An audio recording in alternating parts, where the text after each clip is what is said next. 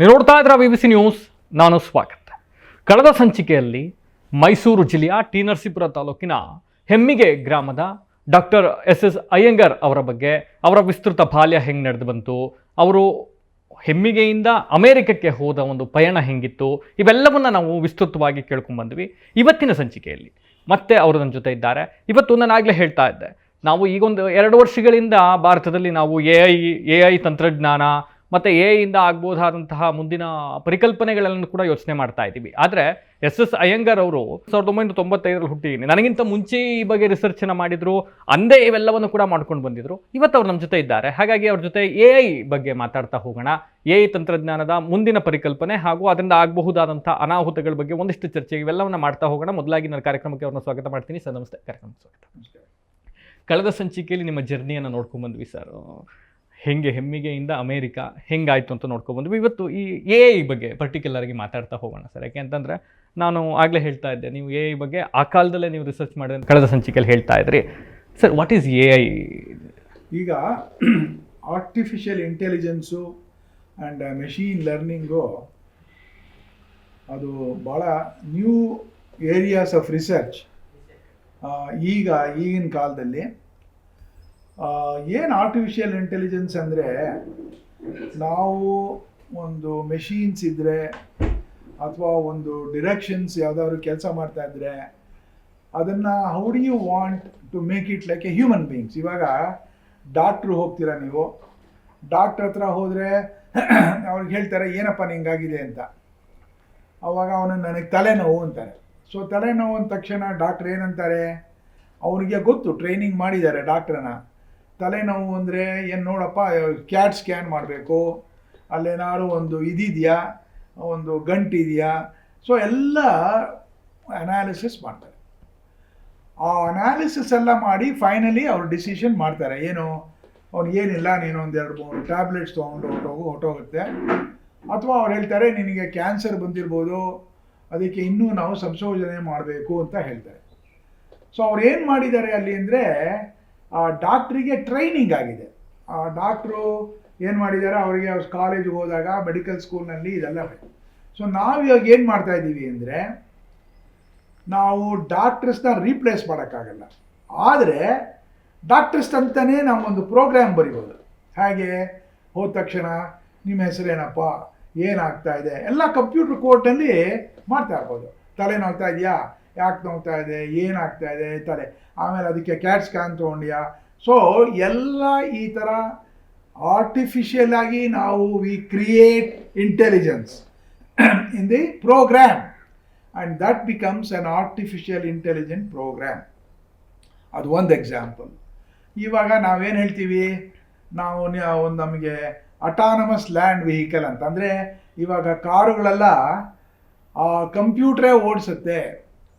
Computer ಓಡಿಸುತ್ತೆ ಅಂತ ಏನರ್ಥ ಅಂದರೆ, ನಾವು ಹೇಗೆ ಕಾರ್ನಲ್ಲಿ ಕೂತ್ಕೊಂಡು ಸ್ಟೇರಿಂಗ್ ಮಾಡಿಕೊಂಡು ಆ ಡೈರೆಕ್ಷನ್ಸ್ ಎಲ್ಲ ತಿಳ್ಕೊಂಡು ಮಾಡ್ತೀವಲ್ಲ, ಅದೆಲ್ಲ ಪ್ರೋಗ್ರಾಮ್ನಲ್ಲಿ ಬರೆದ್ಬಿಟ್ಟಿದ್ದೀವಿ. ಅದು it is called artificial intelligence. ಅದಕ್ಕೆ ಸ್ವಲ್ಪ ಲರ್ನಿಂಗ್ ಆಲ್ಸೋ ಎಂಬೆಡ್ ಮಾಡಿದ್ದೀವಿ. ಏನು ಲರ್ನಿಂಗು, ಸಡನ್ನಾಗಿ ಒಂದು ಕತ್ತೆ ಬಂದ್ಬಿಡ್ತು, ಸಡನ್ನಾಗಿ ಸ್ಟಾಪ್ ಮಾಡಬೇಕು, ಅಥವಾ ಇನ್ನೊಂದು road. So artificial intelligence and learning ಅದೆರಡು important aspect of human technology. ಈಗ ಇವತ್ತು ಆರ್ಟಿಫಿಷಿಯಲ್ ಇಂಟೆಲಿಜೆನ್ಸ್ ಅನ್ನೋದು ಒಂದು ಬೂಮಿಂಗಲ್ಲಿದೆ ಸರ್. ಸೊ ನಾವು ಈ ಪ್ರಗತಿಯನ್ನು ಯಾವ ರೀತಿ ನೋಡಬಹುದು, ಆರ್ಟಿಫಿಷಿಯಲ್ ಇಂಟೆಲಿಜೆನ್ಸ್ನ ಉಪಯೋಗಿಸ್ಕೊಂಡು ನಮ್ಮ ದೇಶದ ಪ್ರಗತಿಯನ್ನು ನಾವು ಯಾವ ಥರ ನೋಡಬಹುದು? ಈಗ ಭಾಳ ಪ್ರತಿಯೊಂದು ಫೀಲ್ಡು ಬಂದಿದೆ. ಮೆಡಿಕಲ್ ಫೀಲ್ಡು, ಆಮೇಲೆ ಫೈನಾನ್ಷಿಯಲ್ ಟ್ರಾನ್ಸಾಕ್ಷನ್ನು, ಅಥವಾ ನೀವು ಇವಾಗ ಕಾರ್ಗಳು ಡ್ರೈವ್ ಮಾಡೋದು.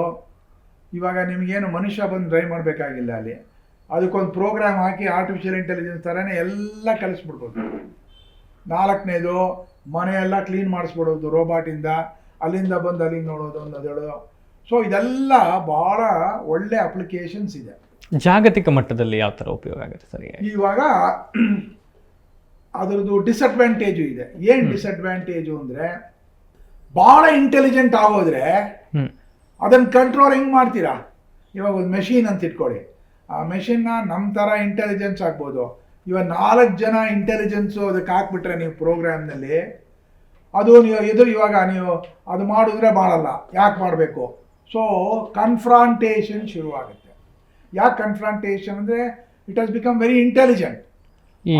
ಅದು ಡಿಸ್ಅಡ್ವಾಂಟೇಜ್. ಈ ಹಿಂದೆ ಒಂದ್ಸಲಿ ಉಪೇಂದ್ರ ಒಂದು ಹಾಲಿವುಡ್ ಅಂತ ಸಿನಿಮಾ ಬರುತ್ತೆ ಸರ್, ಅವರೆಲ್ಲ ಕುತ್ಕೊಂಡು ಒಂದು ರೋಬೋಟ್ನ ರೆಡಿ ಮಾಡಿರ್ತಾರೆ. ಅದಾದಮೇಲೆ ಅದು ಅವ್ರ ಮಾತನ್ನೇ ಕೇಳಕ್ಕೆ ಸ್ಟಾರ್ಟ್ ಆಗಲ್ಲ. ಅದೇ ಥರ ರಜನಿಕಾಂತ್ ಅವ್ರದ್ದು ಒಂದು ಸಿನಿಮಾ ಬರುತ್ತೆ, ಅದು ರೋಬೋಟೇ ಮನುಷ್ಯನ್ನೇ ಸಾಯಿಸ್ಲಿಕ್ಕೆ ಸ್ಟಾರ್ಟ್ ಮಾಡಿಬಿಡುತ್ತೆ. ಸೊ ಆ ಥರ ಈ ಥರದೊಂದು ಇದನ್ನು ನಾವು ಮುಂದೆ ಆಗುತ್ತೆ. ಇವಾಗ ಒಬ್ಬರು ಗ್ರೆಗ್ ಹಂಟರ್ ಅಂತ ಒಬ್ಬರು very famous artificial intelligence expert, ಅವರು ಗೂಗಲ್ನಲ್ಲಿ ಕೆಲಸ ಮಾಡ್ತಾಯಿದ್ರು. ಅವರು ರಿಸೈನ್ ಮಾಡಿಬಿಟ್ರು, ನಾನು ಇನ್ನು ಬರಲ್ಲ, ಏನೂ ಮಾಡಲ್ಲ ಅಂತ. ಯಾಕೆ ಅಂದರೆ ಇನ್ನು 5 ವರ್ಷಕ್ಕೆ ಈ ರೋಬೋಟ್ಸು ಎನಿಥಿಂಗ್ ನಾವೆಲ್ಲ ಮಾಡೋದು ಅದು it will be more intelligent than our human beings. ಆಮೇಲೆ ಏನು ಮಾಡಿಬಿಡ್ಬೋದು, ಇವಾಗ ರೋಬೋಟೇ ನಮಗೆ ಶೂಟ್ ಮಾಡಿಬಿಡ್ಬೋದು. ರೋಬೋಟ್ ನಾವು ಏನೇನು ಕೇಳ್ತೀವಿ ಅದೇನು ಮಾಡಲ್ಲ, ಯಾಕೆಂದರೆ ಅದು ಕ್ಯಾಲ್ಕುಲೇಟ್ ಮಾಡ್ಕೊಳುತ್ತೆ. ಸೊ ಅದರಿಂದ ನಾವು ಲಿಮಿಟೆಡ್ ಇಂಟೆಲಿಜೆನ್ಸ್ ಕೊಡಬೇಕು. ಲಿಮಿಟೆಡ್ ಅಂದ್ರೇನು, ಈ ಕೆಲಸಕ್ಕೆ ಇಷ್ಟೇ ಇಂಟೆಲಿಜೆಂಟ್ ಆಗಬೇಕು. ಇವಾಗ ನಮ್ಮ ಬ್ರೈನು ನೋಡಿ ಎಷ್ಟು ಕೆಲಸ ಮಾಡುತ್ತೆ. ಇವಾಗ ನಾ ಡಾಕ್ಟರ್ ಮಹೇಶಪ್ಪ ಭಾಳ ನೋಡಿದ್ದೆ, ಮಹೇಶಪ್ಪನ ಭಾಳ ಹಿಂದೆ. ಅವ್ರ ಮುಖ ನೋಡಿದ ತಕ್ಷಣ ನಮಸ್ಕಾರ ಸಾರ್ ಅಂದೆ, ಯಾಕೆಂದರೆ ಅವ್ರ ಮುಖ ನನ್ನ ಬ್ರೈನಲ್ಲಿತ್ತು. ಅವ್ರದ್ದೆಲ್ಲ ರೆಕಗ್ನಿಷನ್ ಆಫ್ ಫೇಸ್, ಆ ಫೇಸ್ ರೆಕಗ್ನಿಷನ್ ಇರೋದ್ರಿಂದ ಇಮ್ಮಿಡಿಯೇಟಾಗಿ ಅವ್ರು ಹೇಳಿದೆ ವೈಸ್ ಚಾನ್ಸಲರ್ ಆಗಿದ್ದರು, ಆ ಟೈಮಲ್ಲಿ ಮೀಟ್ ಮಾಡಿದ್ರು. ಸೊ ಅದು ಅದೇ ಥರ ನಾವು ಇವಾಗ ಮೆಷಿನ್ಗಳಿಗೂ ಕೊಟ್ಬಿಟ್ಟಿದ್ದೀವಿ. ಅಲ್ಲೊಂದು ಮೆಷಿನ್ ಇಟ್ಟರೆ ಗುಡ್ ಮಾರ್ನಿಂಗ್ ಅನ್ನತ್ತೆ, ಏನು ಬೇಕು ಅನ್ನತ್ತೆ, ಊಟಕ್ಕೆ ನಾನೇ ತಯಾರು ಮಾಡ್ತೀನಿ ಅನ್ನತ್ತೆ. ಅದೆಲ್ಲ ಪರವಾಗಿಲ್ಲ, ನೀವು ಅದಕ್ಕಿಂತ ಜಾಸ್ತಿ ಇಂಟೆಲಿಜೆನ್ಸ್ ತುಂಬಿಬಿಟ್ರೆ ಮಾಡ್ಬೋದು. ಯಾಕೆ ಎಲ್ಲ ಕೋಡಿಂಗ್ನಲ್ಲಿದೆ. ಇವಾಗ ನಿಮ್ಮ ಇಂಟೆಲಿಜೆನ್ಸು ಅವ್ರ ಇಂಟೆಲಿಜೆನ್ಸು ಎಲ್ಲರದ್ದು ಇಂಟೆಲಿಜೆನ್ಸ್ ಮರ್ಜ್ ಮಾಡಿ ಸೂಪರ್ ಹ್ಯೂಮನ್ ಬೀಯಿಂಗ್ ಮಾಡ್ಬೋದು. ಆ ಸೂಪರ್ ಹ್ಯೂಮನ್ ಬೀಯಿಂಗ್ ಮಾಡಿದ್ರೆ ಆವಾಗ ಒಂದು ಡಿಸ್ಟ್ರಕ್ಷನ್ ಆಗುತ್ತೆ, ಕಂಟ್ರೋಲ್ ಮಾಡೋಕ್ಕಾಗಲ್ಲ. ಆ ಕೆಲಸ ಅದನ್ನು ಮಾಡಬೇಡ ಅಂದರೆ ಅದು ಮಾಡುತ್ತೆ. ಹಾಗೆ ನಾವು ರೋಬೋಟ್ಸ್ಗಳೆಲ್ಲ ಮಾಡಿದ್ರೆ ಎಲ್ಲ ವೇಸ್ಟ್ ಆಗುತ್ತೆ. ಅದಕ್ಕೋಸ್ಕರ ನಾವು intelligence up to some point. ಇವಾಗ ಒಬ್ಬ ಒಳ್ಳೆ ಬುದ್ಧಿವಂತ ಅಂತ ಇಟ್ಕೊಳ್ಳಿ, ಅವನು ಭಾಳ ಬುದ್ಧಿವಂತ, ಅವನು ಯಾವುದಕ್ಕೂ ಪ್ರಯೋಜನ ಇಲ್ಲ. ಯಾಕೆಂದರೆ ಅವನು ಏತಿ ಅಂದರೆ ಪ್ರೀತಿ ಅಂತಾನೆ, ಯಾಕೆಂದರೆ ಎಲ್ಲದಕ್ಕೂ ಕ್ಯಾಲ್ಕುಲೇಟ್ ಮಾಡ್ತಾನೆ. ಅವನಿಗೆ ಕರೆಕ್ಟಾಗಿ ಮೈಂಡು, ಅವನ್ನ ನಾವು ಏನಂತೀವಿ, ಇಂಟ್ರಾವರ್ಟ್ ಅಂತೀವಿ. ಸೊ ಹಾಗೆ intelligence up to some point is good. Beyond intelligence ಅದು ಕೆಟ್ಟದ್ದು. ಅಂದರೆ ಇದೆಲ್ಲ ಪ್ರೋಗ್ರಾಮ್ನಲ್ಲಿ ಹೋಗುತ್ತೆ, ಆ ಡಿಸೈನ್ ಮಾಡೋರ ಮೇಲೆ ಹೋಗುತ್ತೆ. ಬಟ್ ಇವಾಗ ಏನಾಗ್ತಾ ಇದೆ ಅಮೆರಿಕಾದಲ್ಲಿ ಅಂದರೆ ಅದಕ್ಕೆಲ್ಲ ಒಂದು ಪಾಲಿಸಿ ಗೈಡ್ಲೈನ್ಸ್ ಅಂತ ಕೊಡ್ತಾ ಇದ್ದಾರೆ. ಎಷ್ಟು ನಾವು ಒಂದು ಮೆಷಿನ್ನ ಇಂಟೆಲಿಜೆಂಟ್ ಮಾಡ್ಬೋದು ಅಂಥೇಳಿ ವೈಟ್ ಹೌಸ್ನವರು ಕೊಡ್ತಾ ಇದ್ದಾರೆ. ನಾನು I am A part of the committee. ಎಲ್ಲಿ ಅಂದರೆ ನಮ್ಮ ಫ್ಲಾರಿಡಾದಲ್ಲಿ ಎಷ್ಟು ಇಂಟೆಲಿಜೆನ್ಸು ನಾವು ತುಂಬಿಸ್ಬೋದು, ಅದಕ್ಕಿಂತ ನಾವು ಜಾಸ್ತಿ ಆಗೋದ್ರೆ ಆವಾಗ ಪಾಲಿಸಿ ಕೊಡಬೇಕು ನಾವು. ಆ ಪಾಲಿಸಿಯಿಂದ ಕೊಟ್ಟರೆ, ಬಟ್ ಅದು ಕೆಲವರು ಹೇಳ್ತಾರೆ ಸೈನ್ಸು ಅದಕ್ಕೆಲ್ಲ ನಾವು ಕೊಡ್ಕೊಡ್ದು, ಲಿಮಿಟ್ ಕೊಡಬಾರ್ದು. ಯಾಕೆಂದರೆ ಮನುಷ್ಯ ಅವನಿಗೆ ನೀವು ಲಿಮಿಟ್ ಕೊಟ್ಬಿಟ್ರೆ ಅವನ ಥಿಂಕಿಂಗ್ ಎಬಿಲಿಟೀಸ್ನ ಕಡಿಮೆ ಮಾಡ್ತಾ ಇದ್ದೀರಾ. ಅರ್ಥ ಆಯ್ತಲ್ಲ, ಅದೆಲ್ಲ ಇಂಪಾರ್ಟೆಂಟ್. ಸೊ ನಾನು ಹೇಳೋದೇನು ಅಂದರೆ ಈಗ ಇನ್ನೊಂದು 2-3 ವರ್ಷನೂ ಚೆನ್ನಾಗಿ ಆಗುತ್ತೆ. ಬಟ್ ಏನು ನಾವೆಲ್ಲ ಎಕ್ಸ್ಪೆಕ್ಟ್ ಮಾಡ್ತಾ ಇದ್ದೀವಿ ಅಂದರೆ ಮೇ ಬಿ 5-10 ವರ್ಷ ಆದರೆ ಅದು ಆ ಟೆಕ್ನಾಲಜಿ ನಾವು ಏನು ಮಾಡಿದ್ವಿ ಡಿಸಡ್ವಾಂಟೇಜ್ ಆಗುತ್ತೆ. ಈಗಾಗಲೇ ಸರ್ ನಾವು ಅಂತಂದರೆ ಯಾವ ಥರ ಬಳಕೆ ಆಗ್ತಾ ಇದೆ ಅಂತಂದರೆ ಸ್ಟಾರ್ ನಟ ನಟಿಯರನ್ನ ಮಾಫಿಂಗ್ ಮಾಡಿ ಅವ್ರದ್ದು ಅಶ್ಲೀಲ ವಿಡಿಯೋಗಳನ್ನ ಸೃಷ್ಟಿ ಮಾಡ್ತಕ್ಕಂಥದ್ದು, ಈ ಥರದ್ದೆಲ್ಲ ನಡೀತಾ ಹೋಗ್ತಾ ಇದೆಯಲ್ಲ, ಇದೆಷ್ಟು ಸಮಾಜಕ್ಕೆ ಭಾಳ ಕೆಟ್ಟದ್ದು. ಏಕೆಂದರೆ ನಾನೇ ನೋಡಿದ್ದೀನಿ. ಇವಾಗ ನಂತರನೇ ಯಾವನೋ ಒಬ್ಬ ಫೇಕ್ ಇಮೇಜಸ್ ಹಾಕ್ಬಿಟ್ಟಿದ್ದಾನೆ. Doctor Iyengar is talking about this ಅಂತ ಹಾಕ್ತಾ ಇದ್ದಾನೆ. ಓಕೆ, ಅದು ನೋಡಿದ್ರೆ ನಾನು ಮಾಡಿಲ್ಲ, ಅವನೆಲ್ಲೋ ಕಟ್ ಮಾಡಿ ಎಲ್ಲ ಮಾರ್ಕ್ ಮಾಡಿದ್ದಾನೆ. ಅದಕ್ಕೆ these are called fake images ಅಂತ. ಬಟ್ ಅದಕ್ಕೆಲ್ಲ ಟೆಕ್ನಾಲಜಿ ಬಂದಿದೆ. ಆ ಫೇಕ್ ಇಮೇಜಸ್ ಯಾರ್ದು ಏನೇನು ಅಂತೆಲ್ಲ ಕಂಡುಹಿಡಿಬೋದು. ಬಟ್ ಅದಕ್ಕೆಲ್ಲ ಇನ್ವೆಸ್ಟ್ಮೆಂಟ್ ಮಾಡಿ ಟೈಮ್ ವೇಸ್ಟು. ಇವಾಗ ಒಬಾಮನ್ ಫೇಸ್ ಹಾಕ್ಬಿಟ್ಟು ಅವನೇನೇನೋ ಲಿಪ್ಸ್ ಎಲ್ಲ ಸ್ಟಿಂಗ್ ಮಾಡಿಬಿಟ್ಟು ಏನೇನೋ ಮಾಡಿದ್ದಾರೆ. ಆಮೇಲೆ ಮೊನ್ನೆ ಟ್ರಂಪು ಅವನೇನೋ ಒಂದು ಸ್ಟೇಟ್ಮೆಂಟ್ ಕೊಟ್ಟ, ಬಟ್ ಅವ್ನು ಕೊಟ್ಟೇ ಇಲ್ಲ, ಯಾರೋ ಹ್ಯಾಕ್ ಮಾಡಿ ಇರಾನ್ನವ್ರು ಕೊಟ್ಟಿದ್ದಾರೆ ಅಂತಾರೆ. ಸೊ ಈ ಫೇಕ್ ಇಮೇಜಸ್ಸು ಬಂದ್ಬಿಟ್ಟು people cannot distinguish between fake image ಯಾವುದು ರಿಯಲ್ ಯಾವುದು ಅಂತ, ಯಾಕೆಂದರೆ ಅಷ್ಟು ಪರ್ಫೆಕ್ಟಾಗಿ ಬಂದ್ಬಿಟ್ಟಿದೆ. ಸೊ ಆದ್ದರಿಂದ ಈಗ ಈ ಥರ ಟೆಕ್ನಾಲಜಿ ಅದೆಲ್ಲ ಬಂದಿರೋದು ಭಾಳ ಒಳ್ಳೆಯದು, ಸ್ವಲ್ಪ ಕೆಟ್ಟದ್ದು ಆಗುತ್ತೆ. ಅದಕ್ಕೋಸ್ಕರ ಭಾಳ ಕೇರ್ಫುಲ್ ಆಗಿರಬೇಕು. ಎ ಐನ ನಾವು ಪಾಲಿಸಿ ತರಲೇಬೇಕು. ಯಾಕೆ ಅಂದರೆ ಪಾಲಿಸಿ ತರದೇ ಇದ್ದರೆ ಅದನ್ನು ಕಂಟ್ರೋಲ್ ಮಾಡೋದು ಕಷ್ಟ ನಾವು. ಯಾಕೆಂದರೆ ಆ ಪಾಲಿಸಿ ಏನು ಮಾಡುತ್ತೆ ಅಂದರೆ ಗೈಡ್ಲೈನ್ ಕೊಡುತ್ತೆ, ಇಷ್ಟೇ ಲೆವೆಲ್ಲು, ಇಷ್ಟೇ ಥ್ರೆಶೋಲ್ಡು, 70-80% ಆದಮೇಲೆ ಮಾಡ್ಕೊಡ್ದು, ಎನಿಮೋರ್ ಇಂಟೆಲಿಜೆಂಟ್ ಮಾಡ್ಕೊಡ್ದು. Up to some point you can do it. ಈಗ ನಾವು ಮೊದಲು ಸ್ವಯಂಚಾಲಿತ ಕಾರ್ನ ತಂದಿದ್ದು ಟೆಸ್ಲಾ ಕಂಪ್ನಿ. ಇವತ್ತು ಆ ಕಂಪ್ನಿ ಓನರೇ ಹೇಳ್ತಾರೆ ಇದಕ್ಕೊಂದು ಲಿಮಿಟ್ ತರಬೇಕು ಅಂತ. ಅವ್ರ ಜೊತೆ ಒಂದು ದೊಡ್ಡ 100-150 ಜನ ತಜ್ಞರು ಕೂಡ ಅದಕ್ಕೊಂದು ಸೈನ್ ಹಾಕಿ ಇದಕ್ಕೊಂದು ಲಿಮಿಟ್ ತರಬೇಕು ಅಂತ ಹೊರಟಿದ್ದಾರೆ. ಇವಾಗ ಕಂಪ್ಯೂಟರ್ ಸೈಂಟಿಸ್ಟ್ ನಾನು ಸೈನ್ ಮಾಡಿದ್ದೀನಿ. ವಾಷಿಂಗ್ಟನ್ DC ಪ್ರೆಸಿಡೆಂಟ್ ಬೈಡೆನ್ ಕಳಿಸಿದೀವಿ ಒಂದು 150 ಜನ ಕಂಪ್ಯೂಟರ್ ಸೈಂಟಿಸ್ಟು. ಏನು ಅಂದರೆ ಇದಕ್ಕೆ ಅದು ಡಿಪೆಂಡಿಂಗ್ ಆನ್ ಯಾವ್ದು ಅಪ್ಲಿಕೇಶನ್ ಅಲ್ಲಿ ಇದೆ ಅದಕ್ಕೆ ಲಿಮಿಟ್ ಎಷ್ಟು ಅಂತ ಇರಬೇಕು ಅಂತ. ಅಂದರೆ ಕೆಲವರು ಅದಕ್ಕೆ ಒಪ್ತಾ ಇಲ್ಲ. ಯಾಕೆಂದರೆ ಸೈನ್ಸು ನಾವು ಡಿಸ್ಕವರ್ ಮಾಡೋದು ಟೆಕ್ನಾಲಜಿ ಅದಕ್ಕೆಲ್ಲ ನೀವು ಲಿಮಿಟ್ ಹಾಕ್ಬೋದು. ಈಗ ಕಾರಲ್ಲಿ ಸರ್ ನಾವು ಲಿಮಿಟ್ ಸ್ಪೀಡಲ್ಲಿ ಹೋದರೆ ಸೇಫ್ ಅಂತ ಗೊತ್ತಿರುತ್ತೆ, ಆದರೂ ಕೂಡ ಕೆಲವರು 120, 130, 200 ಸ್ಪೀಡಲ್ಲಿ ಹೋಗ್ತಾರೆ. ಹಾಗೆ ಇದು ಕೂಡ ಆ ವ್ಯಾಪ್ತಿನ ನಾವು ಲಿಮಿಟ್ ಮಾಡ್ಲಿಕ್ಕೆ ಸಾಧ್ಯನಾ? ಸಾಧ್ಯ ಅಂದರೆ ನಾನು ಹೇಳೋದು ಸಾಧ್ಯ ಆಗುತ್ತೆ. ಯಾಕೆಂದರೆ ಗೌರ್ಮೆಂಟಿಂದ ಲೆಜಿಸ್ಲೇಟಿವ್ ಲಾ ಥರ ಬಂದರೆ ಎಲ್ಲರೂ ಮಾಡಬೇಕು. ಬಟ್ ಅದರಲ್ಲಿ ಕೆಲವು ಪರ್ಸೆಂಟೇಜ್ ಪೀಪಲ್ ಅಗ್ರಿ ಮಾಡದೇ ಇರ್ಬೋದು, ದಟ್ಸ್ ಫೈನ್. ಬಟ್ ಇದು ಬಂದೇ ಬರುತ್ತೆ. ಈಗ ಬರದೇ ಇದ್ರು ಇನ್ ಅನದರ್ 5 years ಡೆಫಿನೆಟ್ಲಿ ಬರಲೇಬೇಕು ಅಂತ. ಬರಲೇಬೇಕು. ಯಾಕೆಂದರೆ ಪ್ರತಿಯೊಂದಕ್ಕೂ ಲಿಮಿಟ್. ಆಮೇಲೆ ಇನ್ನೊಂದು ಏನಾಗುತ್ತೆ, ಈಗ ಟೆಸ್ಟ್ ಟ್ಯೂಬ್ ಬೇಬೀಸ್ ಅಂತ ಬರ್ತಾ ಇದೆ. ಆ ಟೆಸ್ಟ್ ಟ್ಯೂಬ್ ಬೇಬೀಸ್ನಲ್ಲಿ ಏನು ಅಂದರೆ ಏನೇನೋ ಇದು ಮಾಡ್ತಾ ಇದ್ದಾರೆ. ಆ DNA ತಗೊಂಡು ಈ DNA ತಗೊಂಡು ಮರ್ಜ್ ಮಾಡಿ ನಾನು ಸೂಪರ್ ಹ್ಯೂಮನ್ ಬೀಯಿಂಗ್ಸ್ನ ಕ್ರಿಯೇಟ್ ಮಾಡಬೇಕು ಅಂತ. ಅದೆಲ್ಲ ನೇಚರ್, ಅದೆಲ್ಲ ಭಾಳ ತಪ್ಪು. ಯಾಕೆ ಅಂದರೆ ಅದೆಲ್ಲ ಮಾಡ್ಬೋದು, ಬಟ್ ಏನಾಗುತ್ತೆ ಅಂದರೆ ಭಾಳ ಡಿಸ್ಟ್ರಕ್ಷನ್ ಜಾಸ್ತಿ ಆಗುತ್ತೆ.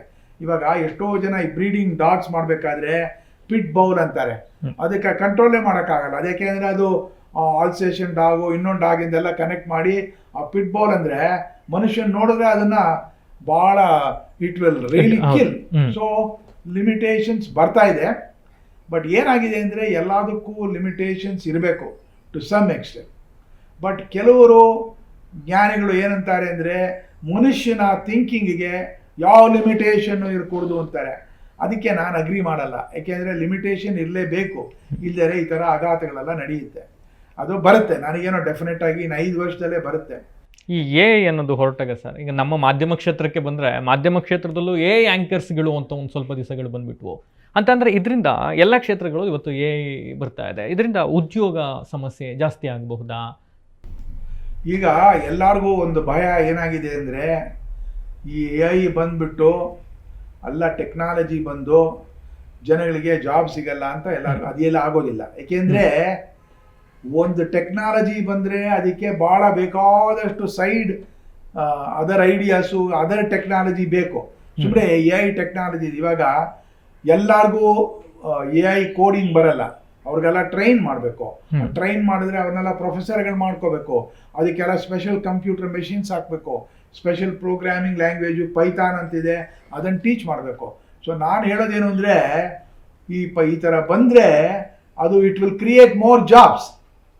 ಅದು ಆಮೇಲೆ ಈ ಜನಗಳಿಗೆ ಏನು ಭಯ, ಹಳೆ ಕಾಲದಲ್ಲಿ ಏನಂತ ಇದ್ರು, ಸಾರ್ ರೋಬೋಟ್ ಬಂದ್ಬಿಟ್ರೆ ನಮ್ಮ ಜಾಬ್ ಹೋಗುತ್ತೆ ಅಂತ.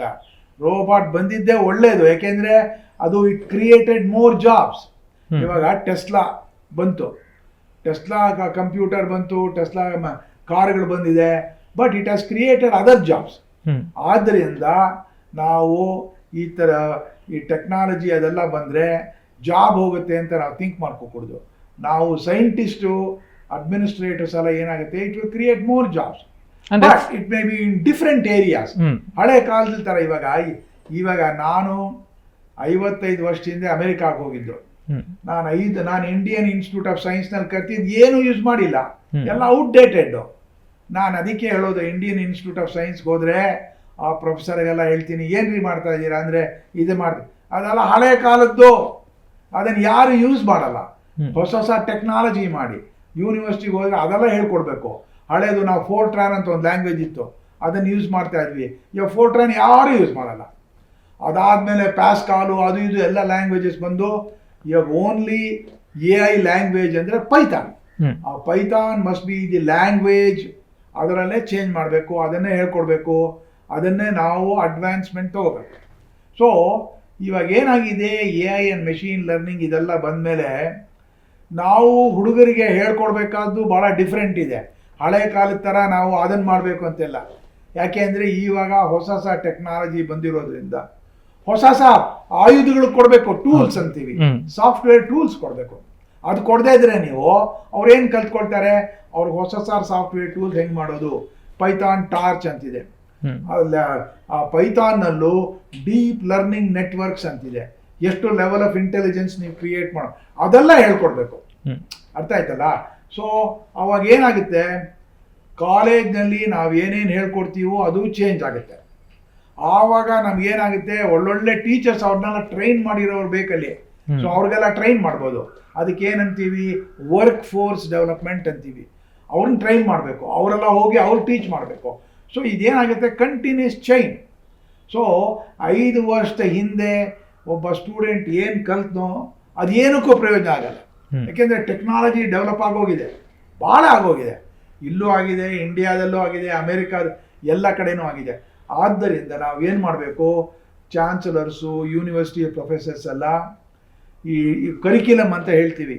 ಕರಿಕ್ಯುಲಮ್ ಅಂದರೆ ಪ್ರೋಗ್ರಾಮ್ ಫಾರ್ ಎ ಡಿಗ್ರಿ, ಅದೆಲ್ಲ ಚೇಂಜ್ ಮಾಡಬೇಕು. ಆ ಕಂಟೆಂಟ್ಸ್ ಎಲ್ಲ ಚೇಂಜ್ ಮಾಡಬೇಕು. ಆಮೇಲೆ ಅದಕ್ಕೆಲ್ಲ ನಾವು ಕಂಟ್ರೋಲ್ ಮಾಡಿ ಇದನ್ನೇ ಮಾಡೋಣ, ಅದೆಲ್ಲ ಫ್ರೀಡಮ್ ಬಿಟ್ಬಿಡ್ಬೇಕು ಫ್ಯಾಕಲ್ಟಿಗೆ. ಅವ್ನಿಗೆ ಏನು ಇಂಪಾರ್ಟೆಂಟು ಅಂತ ಅವನ ಮೇಲೆ ಡಿಪೆಂಡ್ ಆಗಿ ಅದನ್ನು ಟೀಚ್ ಮಾಡಬೇಕು. ಸೊ ಇವಾಗ ಏನಾಗಿದೆ, artificial intelligence, machine learning techniques very important. ಈಗ ನೀವು ಜಾಬ್ ಬೇಕು ಅಂದರೆ ನಿಮಗೆ ಫಸ್ಟ್ ಕ್ವಶನ್ ಕೇಳೋದೇನು ಅಂದರೆ, ನಿಮಗೆ ಕೋಡಿಂಗ್ ಬರುತ್ತೇನ್ರಿ, ಪ್ರೋಗ್ರಾಮಿಂಗ್, ಅದು ಆರ್ಟಿಫಿಷಿಯಲ್ ಇಂಟೆಲಿಜೆನ್ಸ್ ಪೈಥಾನ್ ಪ್ರೋಗ್ರಾಮಿಂಗ್ ಬರುತ್ತೇನ್ರಿ ಅಂತ ಕೇಳ್ತಾರೆ. ಅದು ಬರದೇ ಇದ್ರೆ ನೀವು ಅನ್ಫಿಟ್. ನೀವು ಫಸ್ಟ್ ರ್ಯಾಂಕ್ ಬಂದಿರ್ಬೋದು, ಅದು ಟೀಚ್ ಮಾಡಿದರೆ ಏನು ಪ್ರಯೋಜನ ಇಲ್ಲ. ಅಂದರೆ ಸರ್ ನಾನು ಮೊನ್ನೆ ಕೂತ್ಕೊಂಡು ನಿಮ್ಮನ್ನ ಭೇಟಿ ಮಾಡ್ತೀನಿ ಅಂದಾಗ AI ಬಗ್ಗೆ ಒಂದಿಷ್ಟು ನಾನು ತಿಳ್ಕೊಬೇಕು ಅಂತ ಕಾರಣಕ್ಕೆ ಸರ್ಚ್ ಮಾಡ್ತಾ ಇದ್ದಾಗ ನಾನು ನೋಡಿದ್ದು AI ಬಂದಿದ್ರಿಂದ ಸುಮಾರು 15 ಕೋಟಿಗೂ ಹೆಚ್ಚು ಹೊಸ ಉದ್ಯೋಗಗಳು ಸೃಷ್ಟಿಯಾಗುತ್ತೆ ಅಂತ ಒಂದು ವರದಿ ನೋಡಿದೆ. ಅಂಡ್ ಸೈಮಲ್ಟೇನಿಯಸ್ಲಿ ಮತ್ತೊಂದು ಕಡೆ 90 ಕೋಟಿ ಉದ್ಯೋಗಗಳು ನಷ್ಟ ಆಗುತ್ತೆ ಇದರಿಂದ ಅಂತಕ್ಕಂಥದ್ದು. ನನ್ನ ಪ್ರಕಾರ ನಾನು ಸ್ಟ್ಯಾಟಿಸ್ಟಿಕ್ಸ್ ಎಲ್ಲ ಕೊಡ್ತೀನಿ. ಏನಾಗುತ್ತೆ ಅಂದರೆ ಈ ಥರದ್ದೆಲ್ಲ ಇಟ್ ಕ್ರಿಯೇಟ್ಸ್ ಮೋರ್ ಜಾಬ್ಸ್. 15 ಕೋಟಿನೂ ಆಗ್ಬೋದು, 20 ಆಗ್ಬೋದು. But some elementary jobs can be eliminated. ಅಂದ್ರೆ ಸರ್ ಈಗ ಸೈನ್ಸ್ ಓರಿಯೆಂಟೆಡ್ ಜಾಬ್ಗಳು ಜಾಸ್ತಿ ಆಗಬಹುದು.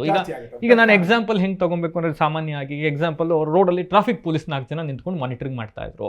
ಬಟ್ ಇವತ್ತು AI ಕ್ಯಾಮ್ರಾಸ್ಗಳು ಬಂದ್ಬಿಟ್ಟಿದೆ, ಫೇಸ್ ರೆಕಗ್ನೈಸ್ ಮಾಡಿ ಮನೆಗೆ ಇವತ್ತು ನೋಟಿಸ್ ಕಳಿಸ್ಬಿಡ್ತಾರೆ. ಸೊ 4 ಜನ ಟ್ರಾಫಿಕ್ ಪೊಲೀಸ್ ಕೆಲಸ ಹೋಯ್ತು. ಸೊ ಈ ಥರ ಟೆಕ್ನಾಲಜಿ ಜಾಸ್ತಿ ಆದಂಗೆ ಸೈನ್ಸ್ ಓರಿಯೆಂಟೆಡ್ ಜಾಬ್ಗಳು ಜಾಸ್ತಿ ಆಗಬಹುದು, ಬೇರೆ ಜಾಬ್ಗಳು ಕಷ್ಟ ಆಗುತ್ತಾ? ಬೇರೆ ಜಾಬು ಅಂದರೆ ಕಷ್ಟ ಅಂತಲ್ಲ. ಈಗ ನಮ್ಮ ಎಜುಕೇಶನ್ ಹೇಗಿರಬೇಕು ಅಂದರೆ, 10 ವರ್ಷದಿಂದ ನಾವೆಲ್ಲ ಟೀಚ್ ಮಾಡಿ ಇದೆಲ್ಲ ಮಾಡ್ತಾ ಇದ್ವಲ್ಲ, ಅದೆಲ್ಲ ಯಾವುದಕ್ಕೂ ಪ್ರಯೋಜನ ಆಗಲ್ಲ.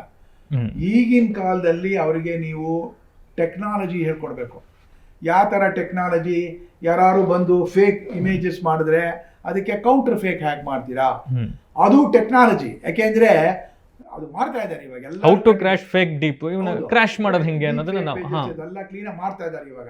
ಅದರದ್ದೇನು ತೊಂದರೆ ಇಲ್ಲ. ಸೊ ನಾವ್ ಏನಾಗ್ತಾ ಇದೆ, ಹಳೆ ಕಾಲದಲ್ಲಿ ಅದೆಲ್ಲ ಏನೂ ಇಲ್ಲ. ಸುಮ್ಮನೆ ಇವಾಗ ಪೈಥಾನ್ ಲ್ಯಾಂಗ್ವೇಜ್ನಲ್ಲಿ ಇದೆಲ್ಲ ನಾವು ಮಾಡಬೇಕು, ಹೇಳ್ಕೊಡ್ಬೇಕು.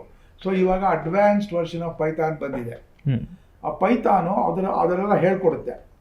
ಹೀಗೆ ಯಾರು ಫೇಕ್ ಮಾಡಿದ್ರೆ ಇದನ್ನ ಫಸ್ಟ್ ಚೆಕ್ ಮಾಡಬೇಕು, ಹೀಗೆ. ಸೊ ಆ ತರ ಟೆಕ್ನಾಲಜಿ ನಾವು ಹೇಳ್ಕೊಡ್ಬೇಕು. ಬರೀ ಪ್ರೋಗ್ರಾಮಿಂಗ್ ಮಾಡಿದ್ರೆ ಪ್ರಯೋಜನ ಇಲ್ಲ. ಅದ್ರ ಜೊತೆಗೆ ಅಪ್ಲಿಕೇಶನ್ಸ್ ಕೊಡ್ಬೇಕು. ಆ್ಯಂಡ್ ಲರ್ನಿಂಗ್ ವಿಚಾರಕ್ಕೆ ಬಂದರೆ ಸರ್, ನಾವು ನಾವೇ ಯಾವುದಾದ್ರೂ ಒಂದು ಇಮೇಲ್ ಮಾಡಬೇಕು, ಒಂದು ಸ್ಟ್ಯಾಂಡರ್ಡ್ ಇಂಗ್ಲೀಷಲ್ಲಿ ಇಮೇಲ್ ಮಾಡಬೇಕು ಅಂದಾಗ ನಾವೇನು ಮಾಡ್ತಾ ಇದ್ವಿ, ಒಂದು ಡಿಕ್ಸ್ನರಿ ನೋಡ್ತಾ ಇದ್ವಿ, ಅದರ ಟ್ರಾನ್ಸ್ಲೇಟರ್ ನೋಡಿ. ಇವತ್ತು ಭಾಳ ಸಿಂಪಲ್, ನಾನು ಏನೋ ಒಂದು ಟೈಪ್ ಮಾಡಿ ChatGPT ಹಾಕಿಬಿಟ್ರೆ ಅದು ರೆಡಿ ಮಾಡಿ ನನಗೆ ಕೊಟ್ಟು ಬಿಡುತ್ತೆ. ಸೊ ನಮ್ಮ ಲರ್ನಿಂಗ್ ಲೆವೆಲ್ ಕೂಡ ಇದರಿಂದ ಕಡಿಮೆ ಆಗ್ತಾ ಹೋಗುತ್ತಾ? ಅದು ಸ್ವಲ್ಪ ಡಿಬೇಟ್ ಮಾಡ್ಬೋದು. ಯಾಕೆಂದರೆ ನೋಡಿ, ಅದು ಇಂಪಾರ್ಟೆಂಟು. ಇವಾಗ ಏನಾಗುತ್ತೆ ಅಂದರೆ, ಹಳೆ ಕಾಲದಲ್ಲಿ ನಾವೆಲ್ಲ ಇಮೇಲು ಲೆಟರ್ಗಳು ಬರಿಬೇಕಾದ್ರೆ 3 ಸಲ ನೋಡ್ಕೊಂಡು ಬರಿತಾ ಇದ್ವಿ, ಡಿಕ್ಷನರಿ ರೆಫರ್ ಮಾಡಿ ಎಲ್ಲ ಮಾಡ್ತಾ ಇದ್ವಿ. ಕಷ್ಟ ಅಂತ ಹೇಳಲ್ಲ, ಬಟ್ ಏನಾಗುತ್ತೆ ಅಂದ್ರೆ ಟೈಮ್ ವೇಸ್ಟ್. ಇವಾಗ ಏನಿಲ್ಲ, ನೀವು ChatGPT ಓಪನ್ AI ಹಾಕ್ಬಿಟ್ರೆ ಅದು ಇನ್ನು ಬೆಟರ್ ವರ್ಡಿಂಗ್ ಕೊಡುತ್ತೆ. ಸ್ಟ್ಯಾಂಡರ್ಡ್ ಇಂಗ್ಲಿಷ್ ಮಾಡಿ ಒಳ್ಳೆ ಎಲ್ಲರೂ ಮಾಡ್ತಾರೆ. ಇವಾಗ ನಾನು ಮಾಡ್ತೀನಿ. ಇವಾಗ ಯಾರಿಗಾರು ಲೆಟರ್ ಆಫ್ ರೆಕಮೆಂಡೇಶನ್ ಕೊಡಬೇಕು ಅಂದ್ರೆ ಒಂದು ಡ್ರಾಫ್ಟ್ ಬರಿತೀನಿ, ರೀರೈಟ್ ದಿ ಡ್ರಾಫ್ಟ್ ಅಂತೀನಿ, ಮಾಡುತ್ತೆ. ಅದು ಒಳ್ಳೇದು. ಯಾಕೆ ಅಂದ್ರೆ ಹಳೆ ಕಾಲದಲ್ಲಿ ಏನ್ ಮಾಡ್ತಾ ಇದ್ವಿ, ನಾವು ಬರೆದ್ಬಿಟ್ಟು ಒಬ್ಬ ಪ್ರೊಫೆಸರ್ ಆಫ್ ಇಂಗ್ಲೀಷ್ ಕೊಡ್ತಾ ಇದ್ವಿ. ಅದೆಲ್ಲ ವೇಸ್ಟ್ ಎಲಿಮಿನೇಟ್ ಆಗಿದೆ ಇವಾಗ. ಯಾಕೆಂದ್ರೆ ಅವ್ನು ನೋಡೋದು ಇದನ್ನು ಮಾಡೋದು ಅದು ಇವಾಗ ಭಾಳ ಈಸಿ ಅದು ಆಯ್ತಲ್ಲ, ಅದು ಒಳ್ಳೇದು. ಅಲ್ಲ, ಒಂದು ವಿಂಗಲ್ಲಿ ಹಿಂಗೆ ಸರ್, ಮತ್ತೊಂದು ವಿಂಗಲ್ಲಿ ನನಗೆ ಅದನ್ನು ಬರಿಬೇಕು ಅಂದರೆ ಒಂದಿಷ್ಟು ಪದಗಳು, ಹೊಸ ಪದಗಳು ಕಲಿತಾ ಇದ್ದೆ, ನನ್ನ ವೊಕ್ಯಾಬ್ಯುಲರಿ ಜಾಸ್ತಿ ಆಗ್ತಾ ಇತ್ತು. ಬಟ್ ಈಗ ರೆಡಿ ಫುಡ್ ಈಸಿ ಆಗ್ಬಿಡ್ತಲ್ಲ, ಹಾಗಾಗಿ ನನ್ನ ಲರ್ನಿಂಗ್ ಲೆವೆಲ್ ಕಡಿಮೆ ಆಗ್ಬಿಡುತ್ತಾ? ಲರ್ನಿಂಗ್ ಲೆವೆಲ್ಲು ಅಂದರೆ ಅದೇನೋ ಒಂದು ಸ್ವಲ್ಪ ಅದು ನಿಜ ಇದೆ. ಇವಾಗಿನ ಕಾಲದಲ್ಲಿ ಏನಾಗಿದೆ ಅಂದರೆ, ನಾನು ಹೇಳೋದು ಎಲ್ಲರಿಗೂ, ನೀವು ChatGPT ಯೂಸ್ ಮಾಡಬೇಕಾದ್ರೆ ಒಂದು ಡ್ರಾಫ್ಟ್ ನೀವು ಬರೆದ್ಬಿಡಿ ಆಯ್ತಲ್ಲ. ಏನೋ ಒಂದು ಯಾರಿಗೋ ಲೆಟರ್ ಬರೀಬೇಕು, ಆ ಡ್ರಾಫ್ಟ್ ಬರೆದ್ಬಿಟ್ಟು ಆಮೇಲೆ ರೀಫ್ರೇಸ್ ChatGPT. ಯಾಕೆಂದರೆ ಸ್ವಲ್ಪ ಗ್ರಾಮ್ಯಾಟಿಕಲ್ ಮಿಸ್ಟೇಕ್ಸು ಅದು ಇದು ಇದ್ರೆ ಅದೆಲ್ಲ ಕರೆಕ್ಟ್ ಮಾಡುತ್ತೆ. ಕೆಲವು ಸಲ ನೀವು ಬರಿತಾ ಇರ್ಬೇಕಾದ್ರೆ ನಿಮ್ಮ language because of your inability ಅದು ಕರೆಕ್ಟಾಗಿ ನೀವು ಎಕ್ಸ್ಪ್ರೆಸ್ ಮಾಡ್ತಾ ಇಲ್ಲ, ಅದು ಹೆಲ್ಪ್ ಮಾಡುತ್ತೆ. So there is nothing wrong in that. So ಇಂಥ ಟೈಮಲ್ಲಿ ಏನು ಮಾಡಬೇಕು? ನಾನೇನು ಬರ್ದಿದ್ದೀನಿ, ChatGPT ಏನು ಮಾಡಿದೆ, ಸೊ ನೆಕ್ಸ್ಟ್ ನಾನು ಬರಿಬೇಕಾದ್ರೆ ಈ ಥರ ಮಾಡ್ಬೋದು, ಈ ಥರ ಥಿಂಕಿಂಗ್ ಮಾಡ್ಕೊಂಡು ಹೋದ್ರೆ ಯೂಸ್ಫುಲ್. ಹಾಂ, ನಾನು ಆಮೇಲೆ ಅದರಲ್ಲಿ ತಪ್ಪೇನಿಲ್ಲ. ಬಟ್ ಇಲ್ಲಿ ಏನು ತಪ್ಪು ಅಂದರೆ, ಈಗಿನ ಕಾಲದ ಹುಡುಗರು ಬುಕ್ಗಳು ಓದಲ್ಲ. ಬುಕ್ ಓದಬೇಕು ಯಾವಾಗಲೂ. ನಾನು ಹೇಳೋದು ಎಲ್ಲರಿಗೂ ಏನು ಅಂದರೆ, ಈ ಇದು ChatGPT ಅದೆಲ್ಲ ಬಂದಮೇಲೆ ಅವರು ಓದೋದೇ ಇಲ್ಲ. ನಾವೆಲ್ಲ ಒಂದು ಪ್ರಾಜೆಕ್ಟ್ ಕೊಡ್ತೀವಿ, ಅವ್ನು ಇಂಗ್ಲೀಷ್ ಹೆಂಗಿದೆ ನೋಡೋಣ ಅಂತ. ಅವನೇನು ಮಾಡ್ತಾನೆ, ಇವಾಗ ಹೋಮ್ವರ್ಕ್ ಆದರೆ ಅಮೆರಿಕಾದಲ್ಲಿ ಹೇಳ್ತಾ ಇರೋದು ನಾನು, ChatGPT ಯೂಸ್ ಮಾಡ್ತಾನೆ. ನಮ್ಮಲ್ಲಿ ಸ್ಟಾರ್ಟ್ ಆಗಿಬಿಟ್ಟಿದೆ ಸರ್ ನಮ್ಮಲ್ಲಿ. ಅದರಲ್ಲಿ ಅವ್ನು ಬರ್ದಿದ್ದಾನೋ ಅದು ಬರ್ದಿದ್ದಾನೋ ಗೊತ್ತಾಗಲ್ಲ, ಬಟ್ ಕಂಡುಹಿಡಿಬೋದು. ಯಾಕೆಂದರೆ ಅಷ್ಟು ಲೆವೆಲ್ ಅಪ್. ಆಮೇಲೆ ಇವಾಗ ಒಂದು ಪ್ರೋಗ್ರಾಮಿಂಗ್ ಅಂದರೆ ಕೋಡಿಂಗ್ ChatGPT ಕೊಡುತ್ತೆ. ಅದೆಲ್ಲ ಡಿಸ್ಅಡ್ವಾಂಟೇಜ್. ಯಾಕೆ ಡಿಸ್ಅಡ್ವಾಂಟೇಜ್ ಅಂದರೆ, ನಿಮಗೆ ability to learn new coding ಅದು ಹ್ಯಾಂಪರ್ ಆಗ್ತಾ ಇದೆ. ಯಾಕೆಂದರೆ ಎಲ್ಲರಿಗೂ ಈಸಿ ಮೀನ್ಸು ಎಲ್ಲರೂ ಇವಾಗ ಒಂದು ಪ್ರಾಜೆಕ್ಟ್ ಕೊಟ್ಟರೆ ನಾವು ಹಳೆ ಕಾಲದಲ್ಲಿ ಎಲ್ಲ ನಿಧಾನ ಕೂತ್ಕೊಂಡೆ ನಮ್ಮ ಇವಾಗ ಏನಿಲ್ಲ ChatGPT ಕೈಲಿ ಬರ್ಸ್ಬಿಡ್ತೀವಿ. ಅದೆಲ್ಲ ತಪ್ಪು. ಅದು ತಪ್ಪು ಮಾಡಿದ್ರೆ ಏನಾಗುತ್ತೆ ಅಂತ ಅವ್ರಿಗೆ ಜಾಬ್ ಸಿಗೋದು ಭಾಳ ಕಷ್ಟ ಆಗುತ್ತೆ. ಬಟ್ ಅದರ್ವೈಸ್ ನಾನು ಹೇಳೋದೇನು ಅಂದರೆ, ChatGPT ನೀವು ಯೂಸ್ ಮಾಡಿ, ಬಟ್ ಫಸ್ಟ್ ಡ್ರಾಫ್ಟ್ ನಿಮ್ಮಿಂದನೇ ಬರಬೇಕು ಆಯ್ತಲ್ಲ. ಅವಾಗ ಏನಾಗಿದೆ, ಈ ChatGPT ಕೆಲವು ಡಿಸ್ಅಡ್ವಾಂಟೇಜ್ ಆಗಿದೆ. ಕೋರ್ಟ್ ಕೇಸಸ್ನಲ್ಲಿ ಏನಾಗಿದೆ, ಈ ಕೋರ್ಟ್ ಕೇಸಸ್ ಎಲ್ಲ ಹೈಪೋಥೆಟಿಕಲ್ ಆಗಿ ಬೆಳೆಸ್ಬಿಟ್ಟಿದ್ದಾರೆ.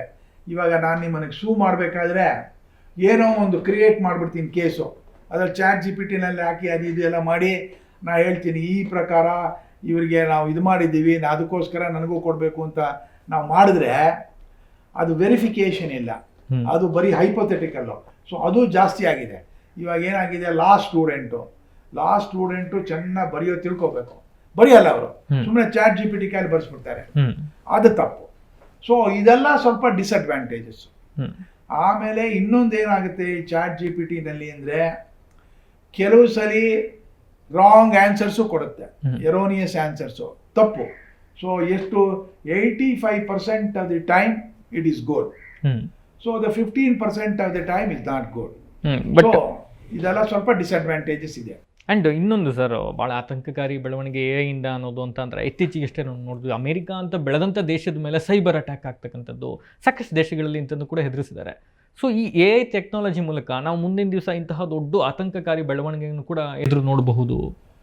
ಯಾಕೆಂದರೆ ನೋಡಿ, AI ಈ ಸೈಬರ್ ಅಟ್ಯಾಕ್ ಮಾಡೋರು ಇದ್ದಾರಲ್ಲ, ಅವರೆಲ್ಲ ವೆರಿ ಸ್ಮಾರ್ಟ್ ಪೀಪಲ್. ಅವ್ರು ಏನು ಅಂದರೆ ಭಾಳ ಚೆನ್ನಾಗಿ ಪ್ರೋಗ್ರಾಮ್ ಬರೀತಾರೆ. ನಾವು ಅದಕ್ಕೆ ಏನು ಹೇಳೋದು ಎಲ್ಲರಿಗೂ ಅಂದರೆ, we have to develop cyber warriors to kill cyber attackers. ಅದು ಇಂಪಾರ್ಟೆಂಟು. ಆ ಸೈಬರ್ ವಾರಿಯರ್ಸ್ನ ಹೆಂಗೆ ಕ್ರಿಯೇಟ್ ಮಾಡ್ತೀರಾ? That you create in your schools. ಇವಾಗ ಏನಾಗೋಗಿದೆ, universities even in India also, ಯಾರು ಏನು ಪ್ರಯೋಜನ ಇಲ್ಲ. ಹೇಳಿದ್ರೆ ಅವ್ರ ಕೋಪ ಬರುತ್ತೆ. ನಾ ಹೇಳಿದ್ರೆ ಯಾರಿಗೆ, ಚಾನ್ಸಲರು, ಪ್ರೆಸಿಡೆಂಟ್ಗೆ ನಾ ಹೇಳ್ತೀನಿ. ಯಾಕೆಂದರೆ ನೀವು ಸ್ಟೂಡೆಂಟ್ಸ್ನ ಹೊಸ ಟೆಕ್ನಾಲಜಿ, ಹೊಸ ಸಾಫ್ಟ್ವೇರ್ ಟೂಲು, ಇವಾಗ ನಮ್ಮ ಶ್ರೀಕಾಂತ್ ಒಂದು ಫೋಟಾನಿಕ್ಸ್ ಲ್ಯಾಬ್ ಮಾಡಬೇಕಾದ್ರೆ ಕೊಡಬೇಕು ಅವ್ರಿಗೆ. ಯಾಕೆಂದರೆ ಅವರು ಹೊಸ ಲ್ಯಾಬ್ ಕ್ರಿಯೇಟ್ ಮಾಡ್ತಾ ಇದ್ದಾರೆ, ವರ್ಚುವಲ್ ಕಂಪ್ಯೂಟಿಂಗು ಸಪೋರ್ಟ್ ಮಾಡಬೇಕು. ಅಲ್ಲಿ ಏನಾಗುತ್ತೆ ಇವಾಗ ಇಲ್ಲಿ, ಬಿಕಾಸ್ ವೇರಿಯಸ್ ರೀಸನ್ಸ್ ಆ ಥರ ಸಪೋರ್ಟ್ ಸಿಗಲ್ಲ. ಅವಾಗೇನು ಮಾಡ್ತೀರಾ, ಪಾಲಿಟಿಕ್ಸ್ಗೆ ಹೊರಟೋಗುತ್ತೆ. ಅಮೆರಿಕಾದಲ್ಲಿ ಪಾಲಿಟಿಕ್ಸ್ ಇಲ್ಲ. ಇವಾಗ ನಾನು ನನ್ನ ಪ್ರೆಸಿಡೆಂಟ್ಗೆ ಹೋಗಿ ಇದು ಬೇಕು ಅಂದರೆ ಅವನ್ನ ಕನ್ವಿನ್ಸ್ ಮಾಡಿ ದಿಸ್ ಇಸ್ ವೆರಿ ಇಂಪಾರ್ಟೆಂಟ್ ಅಂದರೆ ಎಷ್ಟು ಬೇಕು ದುಡ್ಡು ಅಂತಾನೆ. ಬಟ್ ನಮ್ಮಲ್ಲಿ ಗ್ರಾಮ ಪಂಚಾಯತಿ ಅಧ್ಯಕ್ಷನ ಮಾತಾಡ್ಸೋದೇ ಕಷ್ಟ ಆಗೋಗುತ್ತೆ ಸರ್. ನಮ್ಮಲ್ಲಿ ಗ್ರಾಮ ಪಂಚಾಯತಿ ಅಧ್ಯಕ್ಷನ ಮಾತಾಡ್ಸೋದಕ್ಕೆ ಕಷ್ಟ ಆಗೋಗ್ಬಿಡುತ್ತೆ ಅಂತ ಪರಿಸ್ಥಿತಿ. ಇನ್ನು ಮುಂದುವರೆದು ಹೋದರೆ ಸರ್, ಈಗ ಎಕ್ಸಾಂಪಲ್ ಈಗ ಒಂದು ಕಂಪ್ಯೂಟರ್ಗೆ ವೈರಸ್ ಬಂತು ಅಂದರೆ ಒಂದು ಆ್ಯಂಟಿ ವೈರಸ್ ರೆಡಿ ಮಾಡ್ತೀವಿ, ಇಟ್ಕೊಂಡಿರ್ತೀವಿ ನಾವು. ಅದೇ ಥರ ಈ ಟೆಕ್ನಾಲಜಿಯಿಂದ ಮುನ್ನೆಲೆಗೆ ತರೋಗಿಂತ ಮುಂಚೆ ಈ ಥರ ಒಂದು ಆ್ಯಂಟಿ ವೈರಸ್ ಥರ ಈ ಆ್ಯಂಟಿ ಸೈಬರ್ ವಾರ್ ಇಂಥವು ಮಾಡೋದನ್ನ ಮಾಡ್ಕೊಬೇಕಾಗತ್ತೆ ಅನ್ನೋದಲ್ಲ ನಿಮ್ಮ ಇವಾಗ ಏನಾಗಿದೆ, ಸೈಬರ್ ವಾರ್ ಭಾಳ ಜಾಸ್ತಿ ಆಗಿದೆ. ಯಾಕೆ ಅಂದರೆ ನಾವು ಕಂಪ್ಯೂಟರ್ ಹ್ಯಾಕ್ ಮಾಡ್ತಾರೆ ಅಂದರೆ ಅಲ್ಲಲ್ಲೇ ಪಾಸ್ವರ್ಡ್ಗಳು ಬಿಟ್ಬಿಡ್ತಾರೆ. ಆಮೇಲೆ ಇವಾಗ ನಿಮ್ಮ ಪಾಸ್ವರ್ಡು ಅಂತ ನಾನು ಗೆಸ್ ಮಾಡ್ಬೋದು ಹೇಗೆ ಅಂತ. ಯಾಕೆ ಅಂದರೆ ನಿಮ್ಮ ಹೆಂಡತಿ ಮೆಸೇಜ್ನಲ್ಲಿ ಇಟ್ಟಿರ್ತೀರಾ, ಮಕ್ಕಳೆಲ್ಲ ಮಾಡ್ತೀರಾ, ಡೇಟ್ ಆಫ್ ಬರ್ತ್ ಇಡೋದು, ಏನೇನೋ ಮಾಡಿರ್ತೀರಾ. ಸೊ ನಾನೊಂದು ಅದಕ್ಕೊಂದು ಪ್ರೋಗ್ರಾಮ್ ಮಾಡಿ ಐ ಕ್ಯಾನ್ ಫೈಂಡ್ ಔಟ್ ನಿಮ್ದೆಲ್ಲ ಕಂಪ್ಲೀಟ್ ಆಗಿ ಮಾಡಿ ನಿಮ್ಮ ಕಂಪ್ಯೂಟರ್ನ ಎರೇಸ್ ಮಾಡ್ತೀವಿ. ಅದಕ್ಕೋಸ್ಕರ ನೀವು ಅದು ಜನರಲ್ಲಿ ಕರೆಕ್ಟಾಗಿ ಇಂಟರ್ಪ್ರಿಟೇಷನ್ ಮಾಡಿ ಒಳ್ಳೆ ಪಾಸ್ವರ್ಡ್ ಕೊಡಬೇಕು, ಯಾರಿಗೂ ಕೊಡ್ಕೊಡುದು. ಇವಾಗ ಆಧಾರ್ ಕಾರ್ಡ್ ಅಂತ ಇದೆಯಲ್ಲ, ಆಧಾರ್ ಕಾರ್ಡು ಆ ನಂಬರ್ ಯಾರಿಗೂ ಗೊತ್ತುಕೊಡ್ದು. ಯಾಕೆ ಅಂದರೆ ಆಧಾರ್ ಕಾರ್ಡ್ ಕೊಟ್ಟರೆ ಏನೇನೋ ಫೇಕ್ ಮಾಡ್ಬಿಡ್ಬೋದು ಅವರು. ಏನೇ they can create one personality under you. ಸಾಲಗಳು ತಗೋಬೋದು. ಸೊ ಬ್ಯಾಂಕ್ ಟ್ರಾನ್ಸಾಕ್ಷನ್ಸ್ ಎಲ್ಲ ಇದು ಮಾಡ್ಬೋದು. ಸೊ ಇದೆಲ್ಲ ಸೈಬರ್ ಸೆಕ್ಯೂರಿಟಿ. ನಾನು ಅದೇ ಮೊನ್ನೆ ದಯಾನಂದ ಅವ್ರಿಗೆ ಹೇಳ್ತಾ ಇದ್ದೆ ಕಮಿಷನರ್ಗೆ, ಸಾರ್ ಇದೆಲ್ಲ ಸರಿ ಮಾಡಬೇಕು ಆಯ್ತಲ್ಲ, ಆಮೇಲೆ ಏನೇನು ಮಾಡಬೇಕು, ಯಾಕೆಂದರೆ ಈ ಸೈಬರ್ ಸೆಕ್ಯೂರಿಟಿ ಹ್ಯಾಕಿಂಗ್ ಎಲ್ಲ ಭಾಳ ಜಾಸ್ತಿ ಆಗೋಗಿದೆ ಅಂತಾರೆ. ಅದೇನೋ ಕರೆಕ್ಟು. ಸೊ ನಾವು ಏನು ಮಾಡಬೇಕು, ಅದು ಕಂಟಿನ್ಯೂಸ್ ಆಗಿ ಆಗ್ತಾ ಇರುತ್ತೆ.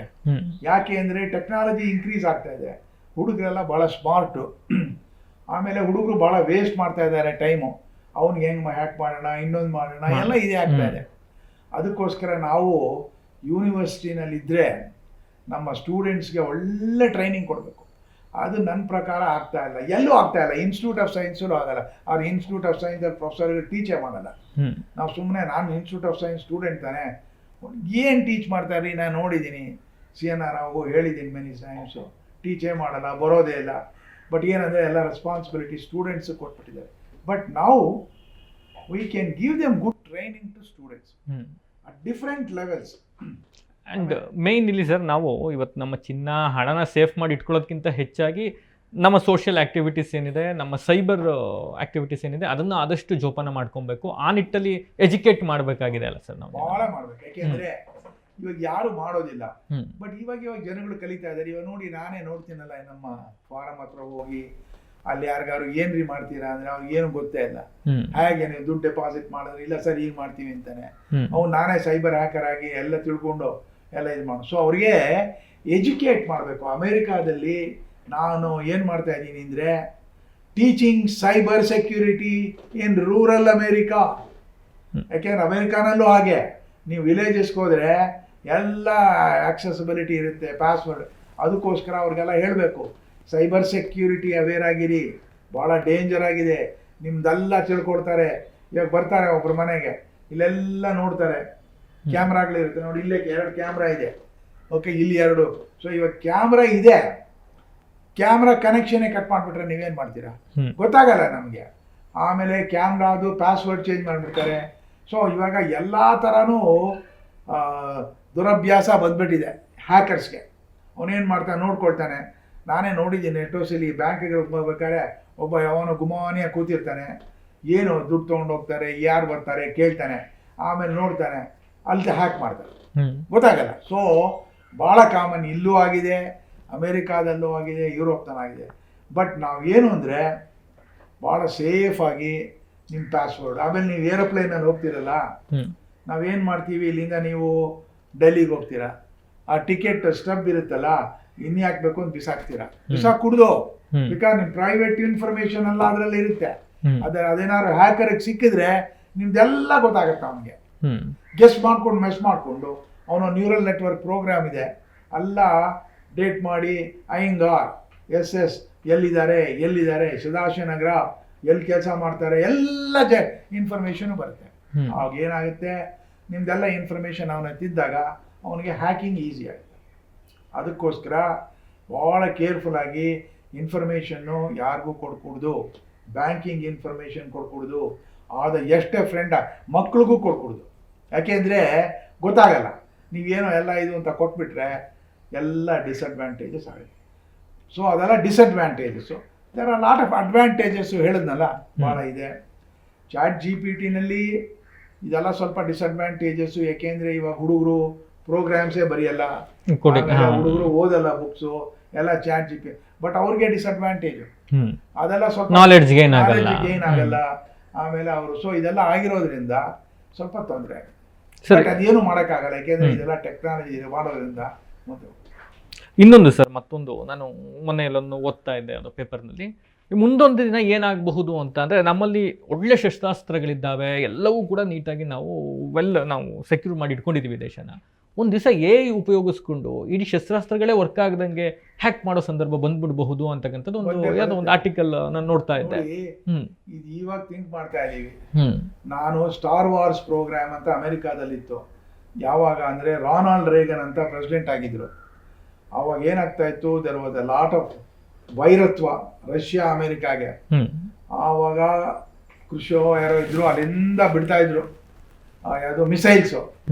ಇಲ್ಲಿ ಅಮೆರಿಕಾನವರು ಅವ್ರು ಏನು ಮಿಸೈಲ್ಸ್ ಮಾಡಬೇಕು ಅಂದರೆ ಯಾವ ಡಿರೆಕ್ಷನಲ್ಲಿ ಏನು ಬಂದರೆ ಇವರು ಅದನ್ನು ಸಾಫ್ಟ್ವೇರ್ ಪ್ರೋಗ್ರಾಮಿಂದ ತೆಗೆದು ಎಲ್ಲ ಡೈವರ್ಟ್ ಮಾಡ್ಬಿಡು. ಅದು ಸಕ್ಸಸ್ಫುಲ್ ಆಯಿತು. ಅದು ಸ್ಟಾರ್ ವಾರ್ಸ್ ಪ್ರೋಗ್ರಾಮ್ ಅಂತ ವಿ ವರ್ ಫಂಡೆಡ್ ಆಲ್ಸೋ. ಅಲ್ಲಿ again it is coding and AI. ಯಾಕೆಂದರೆ ಅದಕ್ಕೆ ಪ್ರೊಜೆಕ್ಟೈಲ್ ಮಾಡಿದಾಗ ಮಿಸೈಲ್ಸು ಅದನ್ನು ತಿರುಗಿಸ್ಬೇಕು ಆರ್ ಅದನ್ನು ಬೀಳಿಸ್ಬಿಡ್ಬೇಕು. ಅದು ಸಕ್ಸಸ್ಫುಲ್ ಆಯಿತು. ಬಟ್ ಇವಾಗ ನಾವು ಅದಕ್ಕೆ ಮೋರ್ ಅಡ್ವಾನ್ಸ್ ಕೊಟ್ಟಿದ್ದಾರೆ. ಏನು ಅಡ್ವಾನ್ಸು ಅಂದರೆ ನೀವು ಹೇಳೋ ಥರ ನಮ್ದು ಎಲ್ಲ ಶಸ್ತ್ರಗಳು ಗೊತ್ತಿರಬೇಕು ನಮ್ಮ ಇಂಡಿಯಾದು ಅಂತ ತಿಳ್ಕೊಳ್ಳಿ. ನಾವೆಲ್ಲ ಒಂದು ಹೇಳಿರ್ತೀವಿ, ಈ ಥರ ಏನಾದ್ರು ಒಂದು ವಾರ್ ಗೀರ್ ಆದರೆ ಇದೇ ಡಿರೆಕ್ಷನ್ನಲ್ಲಿ ಅಮೇರಿಕಾಗೆ ರಷ್ಯಾ ಪಾಕಿಸ್ತಾನ್ಗೆ ಹೊಡಿಬೇಕು ಅಂತ. ಇವಾಗ ಪಾಕಿಸ್ತಾನ್ ಸೈಂಟಿಸ್ಟ್ ಎಲ್ಲ ಗೊತ್ತಾಗೋಗಿ ಕೋಆರ್ಡಿನೇಟ್ ಅವ್ನು ತಿರುಗಿಸ್ಬಿಟ್ರೆ ಹೋಯ್ತು. ನನ್ನ ಹತ್ರ ಎಷ್ಟು ನಾನು ಪ್ರಬಲವಾಗಿದ್ರು ಕೂಡ ನಾನು ಏನು ಮಾಡೋಕ್ಕಾಗದಿರೋ ಸಂದರ್ಭ ಒಬ್ಬ ಒಂದು ಕಂಪ್ಯೂಟರ್ ಯೂಸ್ ಮಾಡ್ಕೊಂಡು ಮಾಡ್ಬಿಟ್ಟಿರ್ತಾನೆ. ಇವಾಗ ಒಂದು ದೊಡ್ಡ ತೊಂದರೆ ಏನಾಗಿದೆ, ನಾನು ಅದನ್ನ ಡೈರೆಕ್ಟರ್ ಆಗಿದ್ದೀನಿ, ಏನು ಅಂದರೆ ಪಾಕಿಸ್ತಾನದಿಂದ ಡ್ರಗ್ಸ್ ಬಹಳ ಸ್ಮಗಲ್ ಆಗ್ತಾ ಇದೆ. ಸ್ಮಗಲ್ ಅಂದರೆ ನಿಮ್ಗೆ ಎಷ್ಟು ಅಂತ ಗೊತ್ತಿಲ್ಲ, OPM ಅದು ಎಲ್ಲ ಅವ್ರೇನು ಮಾಡ್ತಾರೆ, ಗುಜರಾತ್ ಕೋಸ್ಟ್ ಇದೆ 1500 ಕಿಲೋಮೀಟರು ಹಾಕಿ ಎಲ್ಲ ಬೋಟ್ಗಳಲ್ಲಿ ಹಾಕಿ ಪಾಕಿಸ್ತಾನದವ್ರು ಏನು ಬಾಕ್ಸ್ ಆಫ್ಟರ್ ಬಾಕ್ಸ್ ಎಲ್ಲ ಸ್ಮಗಲ್ ಮಾಡ್ತಾ ಇದ್ದಾರೆ. ಏನು ಡ್ರಗ್ಸು, OPM ಅದು ಇದು ಎಲ್ಲ ಬರ್ತಾ ಇದೆ. ನಾವೇನು ಮಾಡ್ತಾ ಇದ್ದೀವಿ, ನೋಡ್ತೀವಿ ದೂರದಿಂದ, ಏನೋ ಬರ್ತಾ ಇದೆ, ಬಟ್ ನಮ್ಗೆ ಇನ್ನೂ ಟೆಕ್ನಾಲಜಿ ಇಲ್ಲ, ಅಲ್ಲಿ ಕರೆಕ್ಟಾಗಿ ಅಲ್ಲಿ ಶೂಟ್ ಮಾಡೋಕ್ಕಾಗಲ್ಲ. ನಮಗೇನು ಆ ಡ್ರಗ್ಸ್ ಸ್ಮಗ್ಲಿನ ಸ್ಟಾಪ್ ಮಾಡಬೇಕು. ಈಗ ಒಂದು ಪ್ರೋಗ್ರಾಮ್ ನಾನು ಶುರು ಮಾಡಿದ್ದೀನಿ, ನ್ಯಾಷನಲ್ ಫೊರೆನ್ಸಿಕ್ ಸೈನ್ಸ್ ಯೂನಿವರ್ಸಿಟಿ ಎಲ್ಲಿ ಅಂದರೆ ಗಾಂಧಿನಗರ್ನಲ್ಲಿ, ಅಂಡರ್ ವಾಟರ್ ಡ್ರೋನ್ ಫೊರೆನ್ಸಿಕ್ಸ್ ಅಂತ. ಅಂಡರ್ ವಾಟರ್ ಡ್ರೋನ್ ಫೊರೆನ್ಸಿಕ್ಸ್ ಅಂದರೆ ನಾವು ಡ್ರೋನ್ಸ್ ಅಂದರೆ ಗೊತ್ತಲ್ಲ ಎಲ್ಲರಿಗೂ, ಆ ಡ್ರೋನ್ಸು ಫಿಶ್ ಥರ ಮಾಡಿಬಿಡ್ತೀವಿ. ಫಿಶ್ ಅದು ಅವನಿಗೇನು ಗೊತ್ತಾಗಲ್ಲ, ಆ ಫಿಶ್ ಥರ ಮಾಡಿ ಅಂಡರ್ ವಾಟರ್ ಬಿಟ್ಬಿಡ್ತೀವಿ. ಅದೇನಾಗುತ್ತೆ, 2-3 ಡ್ರೋನ್ಗಳು ಬಿಟ್ಬಿಡ್ತೀವಿ. ಅದು ಏನು ಮಾಡುತ್ತೆ, ಎಲ್ಲಿಂದ ಬರ್ತಾ ಇದೆ, ಯಾವುದು ಸ್ಮಾಲ್ ಬೋಟ್ಗಳಲ್ಲಿ ಮಾಡ್ತಾರೆ, ಎಷ್ಟು ಜನ ಕೂತಿದ್ದಾರೆ, ಎಷ್ಟು ಬಾಕ್ಸ್ಗಳಿದೆ ಎಲ್ಲ ಕೋಆರ್ಡಿನೇಟ್ ಕೊಡುತ್ತೆ. ಆ ಕೋಆರ್ಡಿನೇಟ್ ಕೊಟ್ಟ ತಕ್ಷಣ ಏನು ಮಾಡ್ತೀವಿ, ಆ ಇನ್ಫಾರ್ಮೇಷನ್ನ ಕಮಾಂಡರ್ನವ್ರಿಗೆ ಕಳಿಸ್ತೀವಿ. ಅವ್ರೇನು ಮಾಡ್ತಾರೆ, ಎಲ್ಲ ಆ ಕಡೆ ಹೋಗಿ ಬೋಟಿಂದ ಬಂದು ಹಿಡಿತಾರೆ. ಇದಕ್ಕೆ ಮುಂಚೆ ಏನಾಗ್ತಾ ಇತ್ತು ಅಂದರೆ, ನಮ್ಮ ಮೆರೀನ್ ಕಮಾಂಡರ್ಸು ಇಂಡಿಯಾದಲ್ಲಿ ಆ ಬೋಟ್ಗಳು ನೋಡಿ 4-5 ಶಿಪ್ಗಳು ಹೋದರೆ ಅವರೆಲ್ಲ ಆ ಬಾಕ್ಸ್ ಎಲ್ಲ ಕೆಳಗಡೆ ಹಾಕ್ಬಿಡ್ತಾ ಇದ್ರು ನೀರೊಳಗಡೆ ಆ OPM ಡ್ರಗ್ಸ್ ಎಲ್ಲ. ಅದು ಹೋದ್ಮೇಲೆ ಅವ್ರು ಹೆಂಗೆ ಹುಡುಕ್ತಾರೆ, ಅದೇನೋ 400 ಅಡಿ ಕೆಳಗಡೆ ಇದೆ, ಸೊ ಅವ್ನು ಹಿಡಿಯೋಕ್ಕಾಗಲ್ಲ. ಅವ್ರು ಹೆಂಗೆ ಹಿಡಿತೀರಾ, ನಾನು I did not do anything ಅಂತಾರೆ. ಸೊ ಅದಕ್ಕೆ ಇವಾಗ ಏನು ಮಾಡಿದ್ದೀವಿ ಅಂದರೆ, ಎವಿಡೆನ್ಷಿಯಲಿ ಇರುತ್ತೆ ಈ ಥರ ಡ್ರೋನ್ ಇದ್ರೆ. ಆಮೇಲೆ ಅವರು ಈ ಸೀನಲ್ಲಿ ಹಾಕಿದ್ರು, ಅಲ್ಲಿ ಎಕೋಸಿಸ್ಟಮ್ ಅಂದರೆ ನಿಮ್ಮ ಇರೋ ಫಿಶ್ ಗಿಶ್ ಎಲ್ಲ ಸತ್ತೋಗುತ್ತೆ. ಹೌದು. ಸೊ ಎಲ್ಲ ಅಂಡರ್ ವಾಟರ್ ಮೆರಿಯಿಂದೆಲ್ಲ ಕೇಳುತ್ತೆ. ಸೊ ನಾವು ಇವಾಗ ಏನು ಮಾಡಿದ್ದೀವಿ ಅಂದರೆ, ಈ ಡ್ರೋನ್ಸ್ನ ಇಂಟೆಲಿಜೆಂಟ್ ಡ್ರೋನ್ಸ್ ಮಾಡಿದ್ದೀವಿ. ಅದಕ್ಕೆಲ್ಲ ಹೇಳಿದ್ದೀವಿ, ಫಸ್ಟ್ ಬಾಕ್ಸ್ಗಳು ದೂರದಿಂದ ನೋಡು ಅಂದರೆ ಅದಕ್ಕೊಂದು ಇದಿದೆ, ಕೋಡಿಂಗ್ ಮಾಡಿರ್ತಾರೆ. ಆ ಸೆನ್ಸರಿಂದ ಕೋಡಿಂಗ್ ಮಾಡುತ್ತೆ ಸೈಜ್ ಆಫ್ ದಿ ಬಾಕ್ಸ್ ಏನು ಅಂತ. ಆಮೇಲೆ ಈ ಸೆನ್ಸರ್ಸ್ಗೆ, ಈ ಡ್ರೋನ್ಸ್ಗೆ ನಾಯಿಗಳ ಥರ ಇಟ್ ಕ್ಯಾನ್ ಸ್ಮೆಲ್ ಆಲ್ಸೋ. ಇವಾಗ ಕೆನೈನ್ ಡಾಗ್ಸು ನಾವೇನು ಮಾಡ್ತೀವಿ, ಏರ್ಪೋರ್ಟ್ಗೆ ಹೋದರೆ ಅವರೆಲ್ಲ ಬಂದು ಎಲ್ಲ ಡಾಗ್ಗಳು ಯಾಕೆ ಬಿಡ್ತಾರೆ, ನಿಮ್ಮ ಇದರಲ್ಲಿ ಏನಾದ್ರು ಡ್ರಗ್ಸ್ ಇದೆಯೋ ಏನೋ ನೋಡೋಕ್ಕೆ. ಅದೇ ಥರ ಸೆನ್ಸಿಂಗು, ಎಲೆಕ್ಟ್ರಾನಿಕ್ ನೋಸ್ ಅಂತ. ಎಲೆಕ್ಟ್ರಾನಿಕ್ ನೋಸ್ ಅಂದರೆ ಅದು ಡಾಗ್ ನೋಸ್ ಥರನೇ ಬಿಟ್ಬಿಡ್ತೀವಿ, ಎಲ್ಲ ಗೊತ್ತಾಗುತ್ತೆ ಎಲ್ಲೆಲ್ಲಿ ಏನಿದೆ. ಆ ಓಡೋಮೀಟರ್ ಇರೋದ್ರಿಂದ ಸ್ನೋ ಇದೆ. ಸೊ ಎಲ್ಲ ಇನ್ಫಾರ್ಮೇಷನ್ ಕಲೆಕ್ಟ್ ಮಾಡುತ್ತೆ. ಆ ಇನ್ಫಾರ್ಮೇಷನ್ ಎಲ್ಲ ಕಲೆಕ್ಟ್ ಮಾಡಿ ಕಮಾಂಡರ್ ಒಂದು 100 ಮೈಲಿ ದೂರದಲ್ಲಿ ಇರ್ತಾನೆ, ಅವನು ಕೊಡ್ತಾರೆ. ಅವ್ರೇನು ಮಾಡ್ತಾರೆ, ಒಂದು ಪ್ಲಾನ್ ಮಾಡಿ ಅದಕ್ಕೆಲ್ಲರೂ ಬಂದು ಹಿಡಿತಾರೆ. ಈ ತರ ಸ್ಮೆಲ್ ಮಾಡಿ ಈ ತರ ಇದೆಲ್ಲ ಆಗಿದೆಯಾ ಸರ್? ಬೇರೆ ಬೇರೆ ಆಗಿದೆ ಇವಾಗ. ಅದಕ್ಕೆ ಎಲೆಕ್ಟ್ರಾನಿಕ್ ನೋಸ್ ಅಂತೀವಿ ಅಮೆರಿಕಾದಲ್ಲಿ. ಅಂದ್ರೆ ಆ ಎಲೆಕ್ಟ್ರಾನಿಕ್ ನೋಸು ಈ ಡಾಗ್ ನೋಸ್, ಆ ಡಾಗ್ಗಳು ವೆರಿ ಪವರ್ಫುಲ್. ಆ ಪವರ್ಫುಲ್ ಇಂದ ಚೆನ್ನಾಗಿ ಸ್ಮೆಲ್ ಮಾಡುತ್ತೆ. ಬಟ್ ಡಾಗುಗಳು ಗೊತ್ತಾ ಅದಕ್ಕೆ ಅಭ್ಯಾಸ ಮಾಡಿಸ್ತಾರೆ ಸ್ಮೆಲ್ ಮಾಡೋಕ್ಕೆ. ಅದಕ್ಕೂ ಸ್ವಲ್ಪ ಡ್ರಗ್ಸ್ ಕೊಡ್ತಾರೆ, ಡ್ರಾಗ್ಸ್ಗೆ. ಆ ಮುಂದೆ ಡ್ರಾಗುಗಳು ಅಭ್ಯಾಸ ಮಾಡ್ಕೊಂಡ್ಬಿಡುತ್ತೆ. 6 ತಿಂಗಳು 5 ತಿಂಗಳಾದ್ಮೇಲೆ ನೀವು ಕೊಡದೇ ಇದ್ರೆ ಮಾಡಲ್ಲ ಕೆಲಸ. ತಿರ್ಗಾ ಕೊಡಬೇಕು, ತಿರ್ಗಾ ಮೂಸಿಸ್ಬೇಕು. ಆಮೇಲೆ ಆ ಡಾಗ್ಗಳನ್ನ ಕುಂದ್ಬಿಡ್ತಾರೆ. ಯಾಕೆಂದ್ರೆ ಅದು ತೀರಾ ಅಭ್ಯಾಸ ಆಗೋಗುತ್ತೆ. ಫಸ್ಟು 6 ಮಂತ್ಸು 7 ಮಂತ್ಸು ಎಫೆಕ್ಟಿವ್ ಆಗಿರುತ್ತೆ, ಆಮೇಲೆ ಅದು ಎಫೆಕ್ಟಿವ್ ಆಗಲ್ಲ. ಸೊ ನಾನೇನು ಹೇಳೋದು, ಎಲೆಕ್ಟ್ರಾನಿಕ್ ನೋಸ್ ಅಂತ ಮಾಡ್ತಾ ಇದ್ದಾರೆ. ಸೊ ಆ ಪ್ರೋಗ್ರಾಮ್ನ ನಾವು ಶುರು ಮಾಡಿದ್ದೀವಿ. ನ್ಯಾಷನಲ್ ಫೊರೆನ್ಸಿಕ್ ಸೈನ್ಸ್ ಯೂನಿವರ್ಸಿಟಿ ಅಂತ ಗಾಂಧಿನಗರ್, ಅದು ಫೊರೆನ್ಸಿಕ್ ಅನಾಲಿಸಿಸ್ ಮಾಡ್ತಾರೆ. ಅದು I am the director for that. ಅಲ್ಲಿ ಡಾಕ್ಟರ್ ಜಯಂತ್ ವ್ಯಾಸ್ ಅಂತ ವೈಸ್ ಚಾನ್ಸಲರು, ಅವ್ರದ್ದು ಹೀ ಈಸ್ ಇನ್ ಚಾರ್ಜ್. ಅದೊಂದು programme.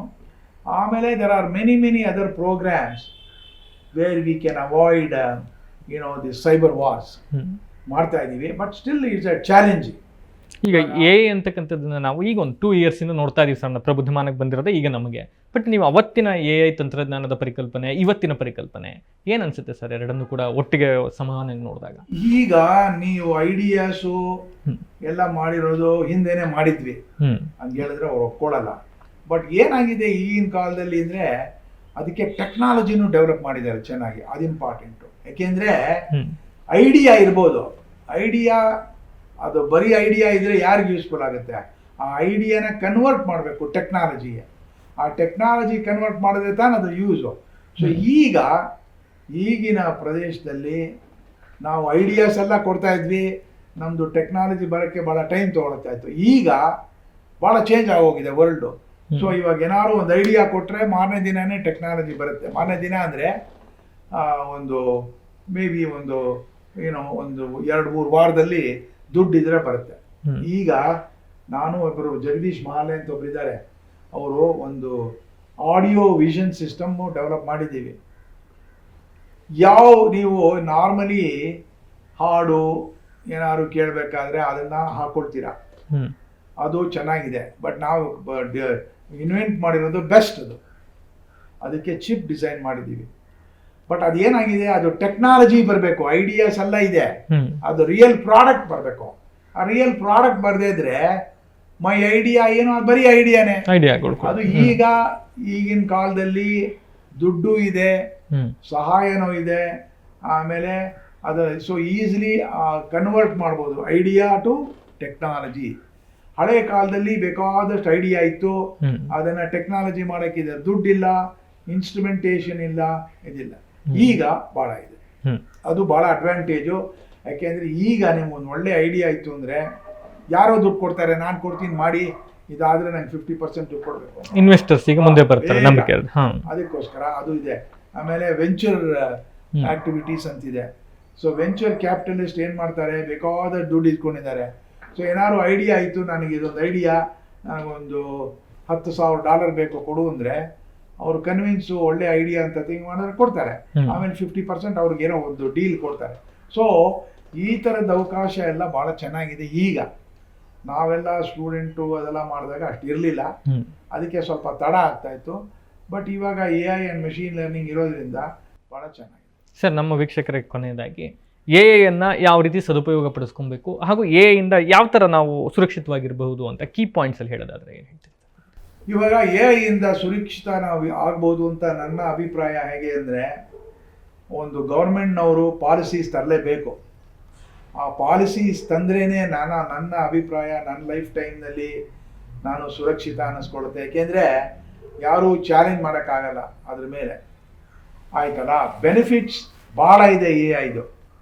There are bad benefits also. ಆ ಬ್ಯಾಡ್ ಬೆನಿಫಿಟ್ಸು ಅದನ್ನು will overcome by good benefits. ಇವಾಗ ಡಾಕ್ಟ್ರು ನೀವು ಹೋದರೆ ಅವನು ನಿಮಗೆ ಒಂದು ಔಷಧಿ ಕೊಡ್ತಾನೆ. ಆ ಔಷಧಿ ಕೊಟ್ಟಾಗ ನಾನು ಕೇಳ್ತೀನಿ, ಡಾಕ್ಟ್ರೇ ಏನು ಇದರಿಂದ ಸೈಡ್ ಎಫೆಕ್ಟ್ ಏನು ಅಂತಾರೆ. ಸೈಡ್ ಎಫೆಕ್ಟ್ ಇದೆಯಾ ಅಂತಾನೆ. ಇದೆ ಅಂತಾನೆ ಹೇಳ್ತಾನೆ. ಏನು ಅಂದರೆ ಇದೆಲ್ಲ ಆಗ್ಬೋದು. ಅವನು ಹೇಳ್ತಾನೆ, ನಾನು ಹೇಳ್ತೀನಿ ಸಾರ್ ಇದು ಒಳ್ಳೇದಾ, ನೀವು ಸೈಡ್ ಎಫೆಕ್ಟ್ಸ್ ಇದೆ ಅಂದರೆ ನಿಮಗೆ ಬೆನಿಫಿಟ್ಸೇ ಜಾಸ್ತಿ ಬರುತ್ತೆ, ಸೈಡ್ ಎಫೆಕ್ಟ್ಸ್ ಕಡಿಮೆ ಬರುತ್ತೆ. ಅರ್ಥ ಆಯ್ತಾನೆ ಹೇಳೋದು? ಅಂದರೆ benefits will over weigh the defects. So ಅದಕ್ಕೆ ಅವರು ಈವನ್ ಸ್ವಲ್ಪ ಸೈಡ್ ಎಫೆಕ್ಟ್ಸ್ ಇದ್ರೂ ತಗೊಳ್ಳಿ, ಬಟ್ ಯಾವ್ದನ್ನ ಎಕ್ಸೆಸ್ ಆಗಿ ತಗೊಂಬಾರ್ದು ಅಂತ ಅಷ್ಟೇ. ಅದು ಆ ಥರದ್ರಲ್ಲಿ ಎಕ್ಸಸಿವ್ ಡೋಸೇಜ್ ಆಫ್ AI ಚೆನ್ನಾಗಿ ಮಾಡ್ತೀನಿ, ಒಂದು ಮೆಷಿನ್ 100% ಮಾಡ್ತೀನಿ ಅಂತ ಹೋಗಿ ಡಿಸೈನ್ ಮಾಡಿ ಕೋಡಿಂಗ್ ಮಾಡಿ ನಿಮ್ಮ ಟೈಮೆಲ್ಲ ವ್ಯರ್ಥ ಮಾಡಿಬಿಟ್ರೆ ಭಾಳ ಕಷ್ಟ ಇದೆ. ಆವಾಗ ನೀವು ಹಿಡಿಯೋಕ್ಕೆ ಆಗಲ್ಲ. ಆದ್ದರಿಂದ ನೀವು ಒಂದು ಪ್ರಿನ್ಸಿಪಲ್ ಬರಬೇಕು. ಆಮೇಲೆ ಯೂನಿವರ್ಸಿಟೀಸ್ನಲ್ಲೂ ಎಲ್ಲರೂ ಡಿಫ್ರೆಂಟಾಗಿ ಟೀಚ್ ಮಾಡಬೇಕು. ಇವಾಗ ಹಳೆ ಕಾಲ ಥರ ಮಾಡ್ತಾ ಇದ್ರಲ್ಲ, ಅದಲ್ಲ ಎಲ್ಲ ಕಡೆನೂ ಇನ್ಸ್ಟಿಟ್ಯೂಟು ಎಲ್ಲ ಇಲ್ಲೂ ಮಾಡಬೇಕು. ಅಮೇರಿಕಾದಲ್ಲಿ ಆಲ್ರೆಡಿ ಶುರು ಮಾಡಿದ್ದಾರೆ ಹಳೆ ಕಾಲದ ಥರ. ಆಮೇಲೆ ಪ್ರತಿ ವರ್ಷನೂ ಕರಿಕ್ಯುಲಮ್ ನೋಡಬೇಕು. ಯಾಕೆಂದರೆ ನೆನ್ನೆ ನಾವೇನು ಕಲ್ತೋ ಅದು ನಾಳೆ ಮುಂದಿನ ವರ್ಷ ಅದು ಯೂಸ್ ಆಗಲ್ಲ. ಅದಕ್ಕೆಲ್ಲ ಒಂದು modification. So continuous dynamic understanding, ಅರ್ಥ ಆಯ್ತಲ್ಲ, of artificial intelligence should be aware for every citizen. ಪ್ರತಿಯೊಬ್ಬರಿಗೂ ಗೊತ್ತಿರಬೇಕು ಆರ್ಟಿಫಿಷಿಯಲ್ ಇಂಟೆಲಿಜೆನ್ಸು. ಅದಕ್ಕೆ ಡೈನಮಿಕ್ ಅಂತೀವಿ. ಇವತ್ತು ಏನಿದೆ ನಾಳೆ ಇರಲ್ಲ, ಇನ್ನೊಂದು ಚೇಂಜ್ ಆಗುತ್ತೆ. ಆಯ್ತಲ್ಲ, ಈಗ ಆಗ್ತಾ ಆಟೋಮೇಟ್. ಇವಾಗ ಅಮೇರಿಕಾದಲ್ಲಿ ಎಷ್ಟು ಚೆನ್ನಾಗಿ ಬಂದ್ಬಿಟ್ಟಿದೆ ಆಟೋಮೇಷನ್. ಅಂದರೆ ನಾನು ಕಾರು ಡ್ರೈವ್ ಮಾಡೋಕ್ಕಿಂತ ಕೇಳ್ತೀನಿ, ಹೇಗಪ್ಪ ಡ್ರೈವಿಂಗು, ಅಲ್ಲಿ ಇನ್ನು 20 ಮೈಲಿ ಡ್ರೈವ್ ಮಾಡಿದ್ರೆ ಆಗಿದೆ ವೆದರು ಅಂತೀನಿ, ಎಲ್ಲ ಕೊಟ್ಬಿಡ್ತಾರೆ. ಸ್ನೋ ಬರ್ತಾ ಇದೆ, ಬೇರೆ ಕಡೆ ತಗೊಳ್ಳಿ, ಇನ್ನೊಂದು ಕಡೆ ಇಲ್ಲೂ ಬರ್ತಾ ಇದೆ. ಒಳ್ಳೇದದು. ಅಲ್ಲೆಲ್ಲ ಡೇಟಾ ಕಲೆಕ್ಟ್ ಮಾಡಿರುತ್ತೆ. ಅದು ಬೇಕೇ ಬೇಕು. ಯಾಕೆಂದರೆ ನಾವು ವಿಂಟರ್ ಟೈಮ್ನಲ್ಲಿ ನಮ್ದೇನೋ 10 ಗಂಟೆಗೆ ಮೀಟಿಂಗ್ ಇತ್ತು ಅಂತ ಇದ್ದರೆ, ನಾನು ರೋಡ್ ಚೆನ್ನಾಗಿಲ್ಲ ಅಂದರೆ ನಾನು ಮೋರ್ ನಂಬರ್ ಆಫ್ ಟೈಮ್ ಬೇಕಾಗಿದ್ರೆ ಬೇರೆ ಕಡೆ ಹೋಗಬೇಕು. ಸೊ ಇದೆಲ್ಲ ಮಾಡ್ಬೋದು. ಸೊ ಅಡ್ವಾಂಟೇಜಸ್ಸು ಭಾಳ ಇದೆ, ಸ್ವಲ್ಪ ಡಿಸ್ಅಡ್ವಾಂಟೇಜಸ್ಸು ಇದೆ. ನೀವು ಹೇಳೋ ಥರ ಏನು ಅಂದರೆ ಇವಾಗ ಯಂಗ್ಸ್ಟರ್ಸ್ಗೆ ಓದೋದೆಲ್ಲ ಬಿಟ್ಬಿಟ್ಟಿದ್ದಾರೆ. ಆಮೇಲೆ ಅವ್ರು ಬರೀ ತಿಂಡಿ ಪೋತ್ರ ಆಗ್ಬಿಟ್ಟಿದ್ದಾರೆ. ಏನೋ ಅವರ ಸೆಂಟೆನ್ಸಸ್ಗಳು ಬರೆಯೋಕ್ಕೆ ಬರಲ್ಲ. ಬಟ್ ಅದೇನು ಮಾಡೋಕ್ಕಾಗಲ್ಲ, ಯಾಕೆಂದರೆ ಎಲ್ಲ ChatGPT ಯೂಸ್ ಮಾಡ್ತಾರೆ. ಆಯ್ತಲ್ಲ. ಸೊ ಇದೆಲ್ಲ ಇರೋದ್ರಿಂದ ಸ್ವಲ್ಪ ಡಿಸ್ಅಡ್ವಾಂಟೇಜಸ್ ಇದೆ. ಬಟ್ ನನ್ನ ಅಭಿಪ್ರಾಯ ಏನು ಅಂದರೆ ಇನ್ನೊಂದು 20 ವರ್ಷದಲ್ಲಿ ಎಲ್ಲ ಚೆನ್ನಾಗಿ ಎಲ್ಲರೂ ಮುಂದೆ ಮಾಡ್ತಾರೆ. ಎಸ್, ಇಷ್ಟೊತ್ತವರೆಗೂ ನಿರಂತರವಾಗಿ ಅಂತ, ಯಾಕಂದರೆ ಈ ಹೊಸದಾಗಿ ಬಂದಿರತಕ್ಕಂಥ ತಂತ್ರಜ್ಞಾನದ ಬಗ್ಗೆ ಒಂದಿಷ್ಟು ಚರ್ಚೆಗಳು ಆಗಬೇಕು. ಆ ನಿಟ್ಟಿನಲ್ಲಿ ಇಷ್ಟೊತ್ತವರೆಗೂ ನಮಗೆ SS ಅಯ್ಯಂಗಾರ್ ಸರ್ ಎಲ್ಲವನ್ನು ಕೂಡ ವಿಸ್ತೃತವಾಗಿ ಅರ್ಥ ಆಗೋ ರೀತಿ, ಮನಮುಟ್ಟುವಂಥ ರೀತಿ ಹೇಳಿಕೊಟ್ರು. ಸರ್, ಧನ್ಯವಾದಗಳು ಸರ್, ನಮ್ಮ ವೀಕ್ಷಕರಿಗೆ ಎಲ್ಲವನ್ನು ಹೇಳ್ಕೊಟ್ಟಿದ್ದಕ್ಕೆ. ಇದಾಗಿತ್ತು ಹೊತ್ತಿನ ವಿಶೇಷ. ನಿರಂತರ ಸುದ್ದಿಗಾಗಿ ನೋಡ್ತಾ ಇರಿ BBC TV, ಸತ್ಯದ ಕಡೆ ನಮ್ಮ ನಡೆ.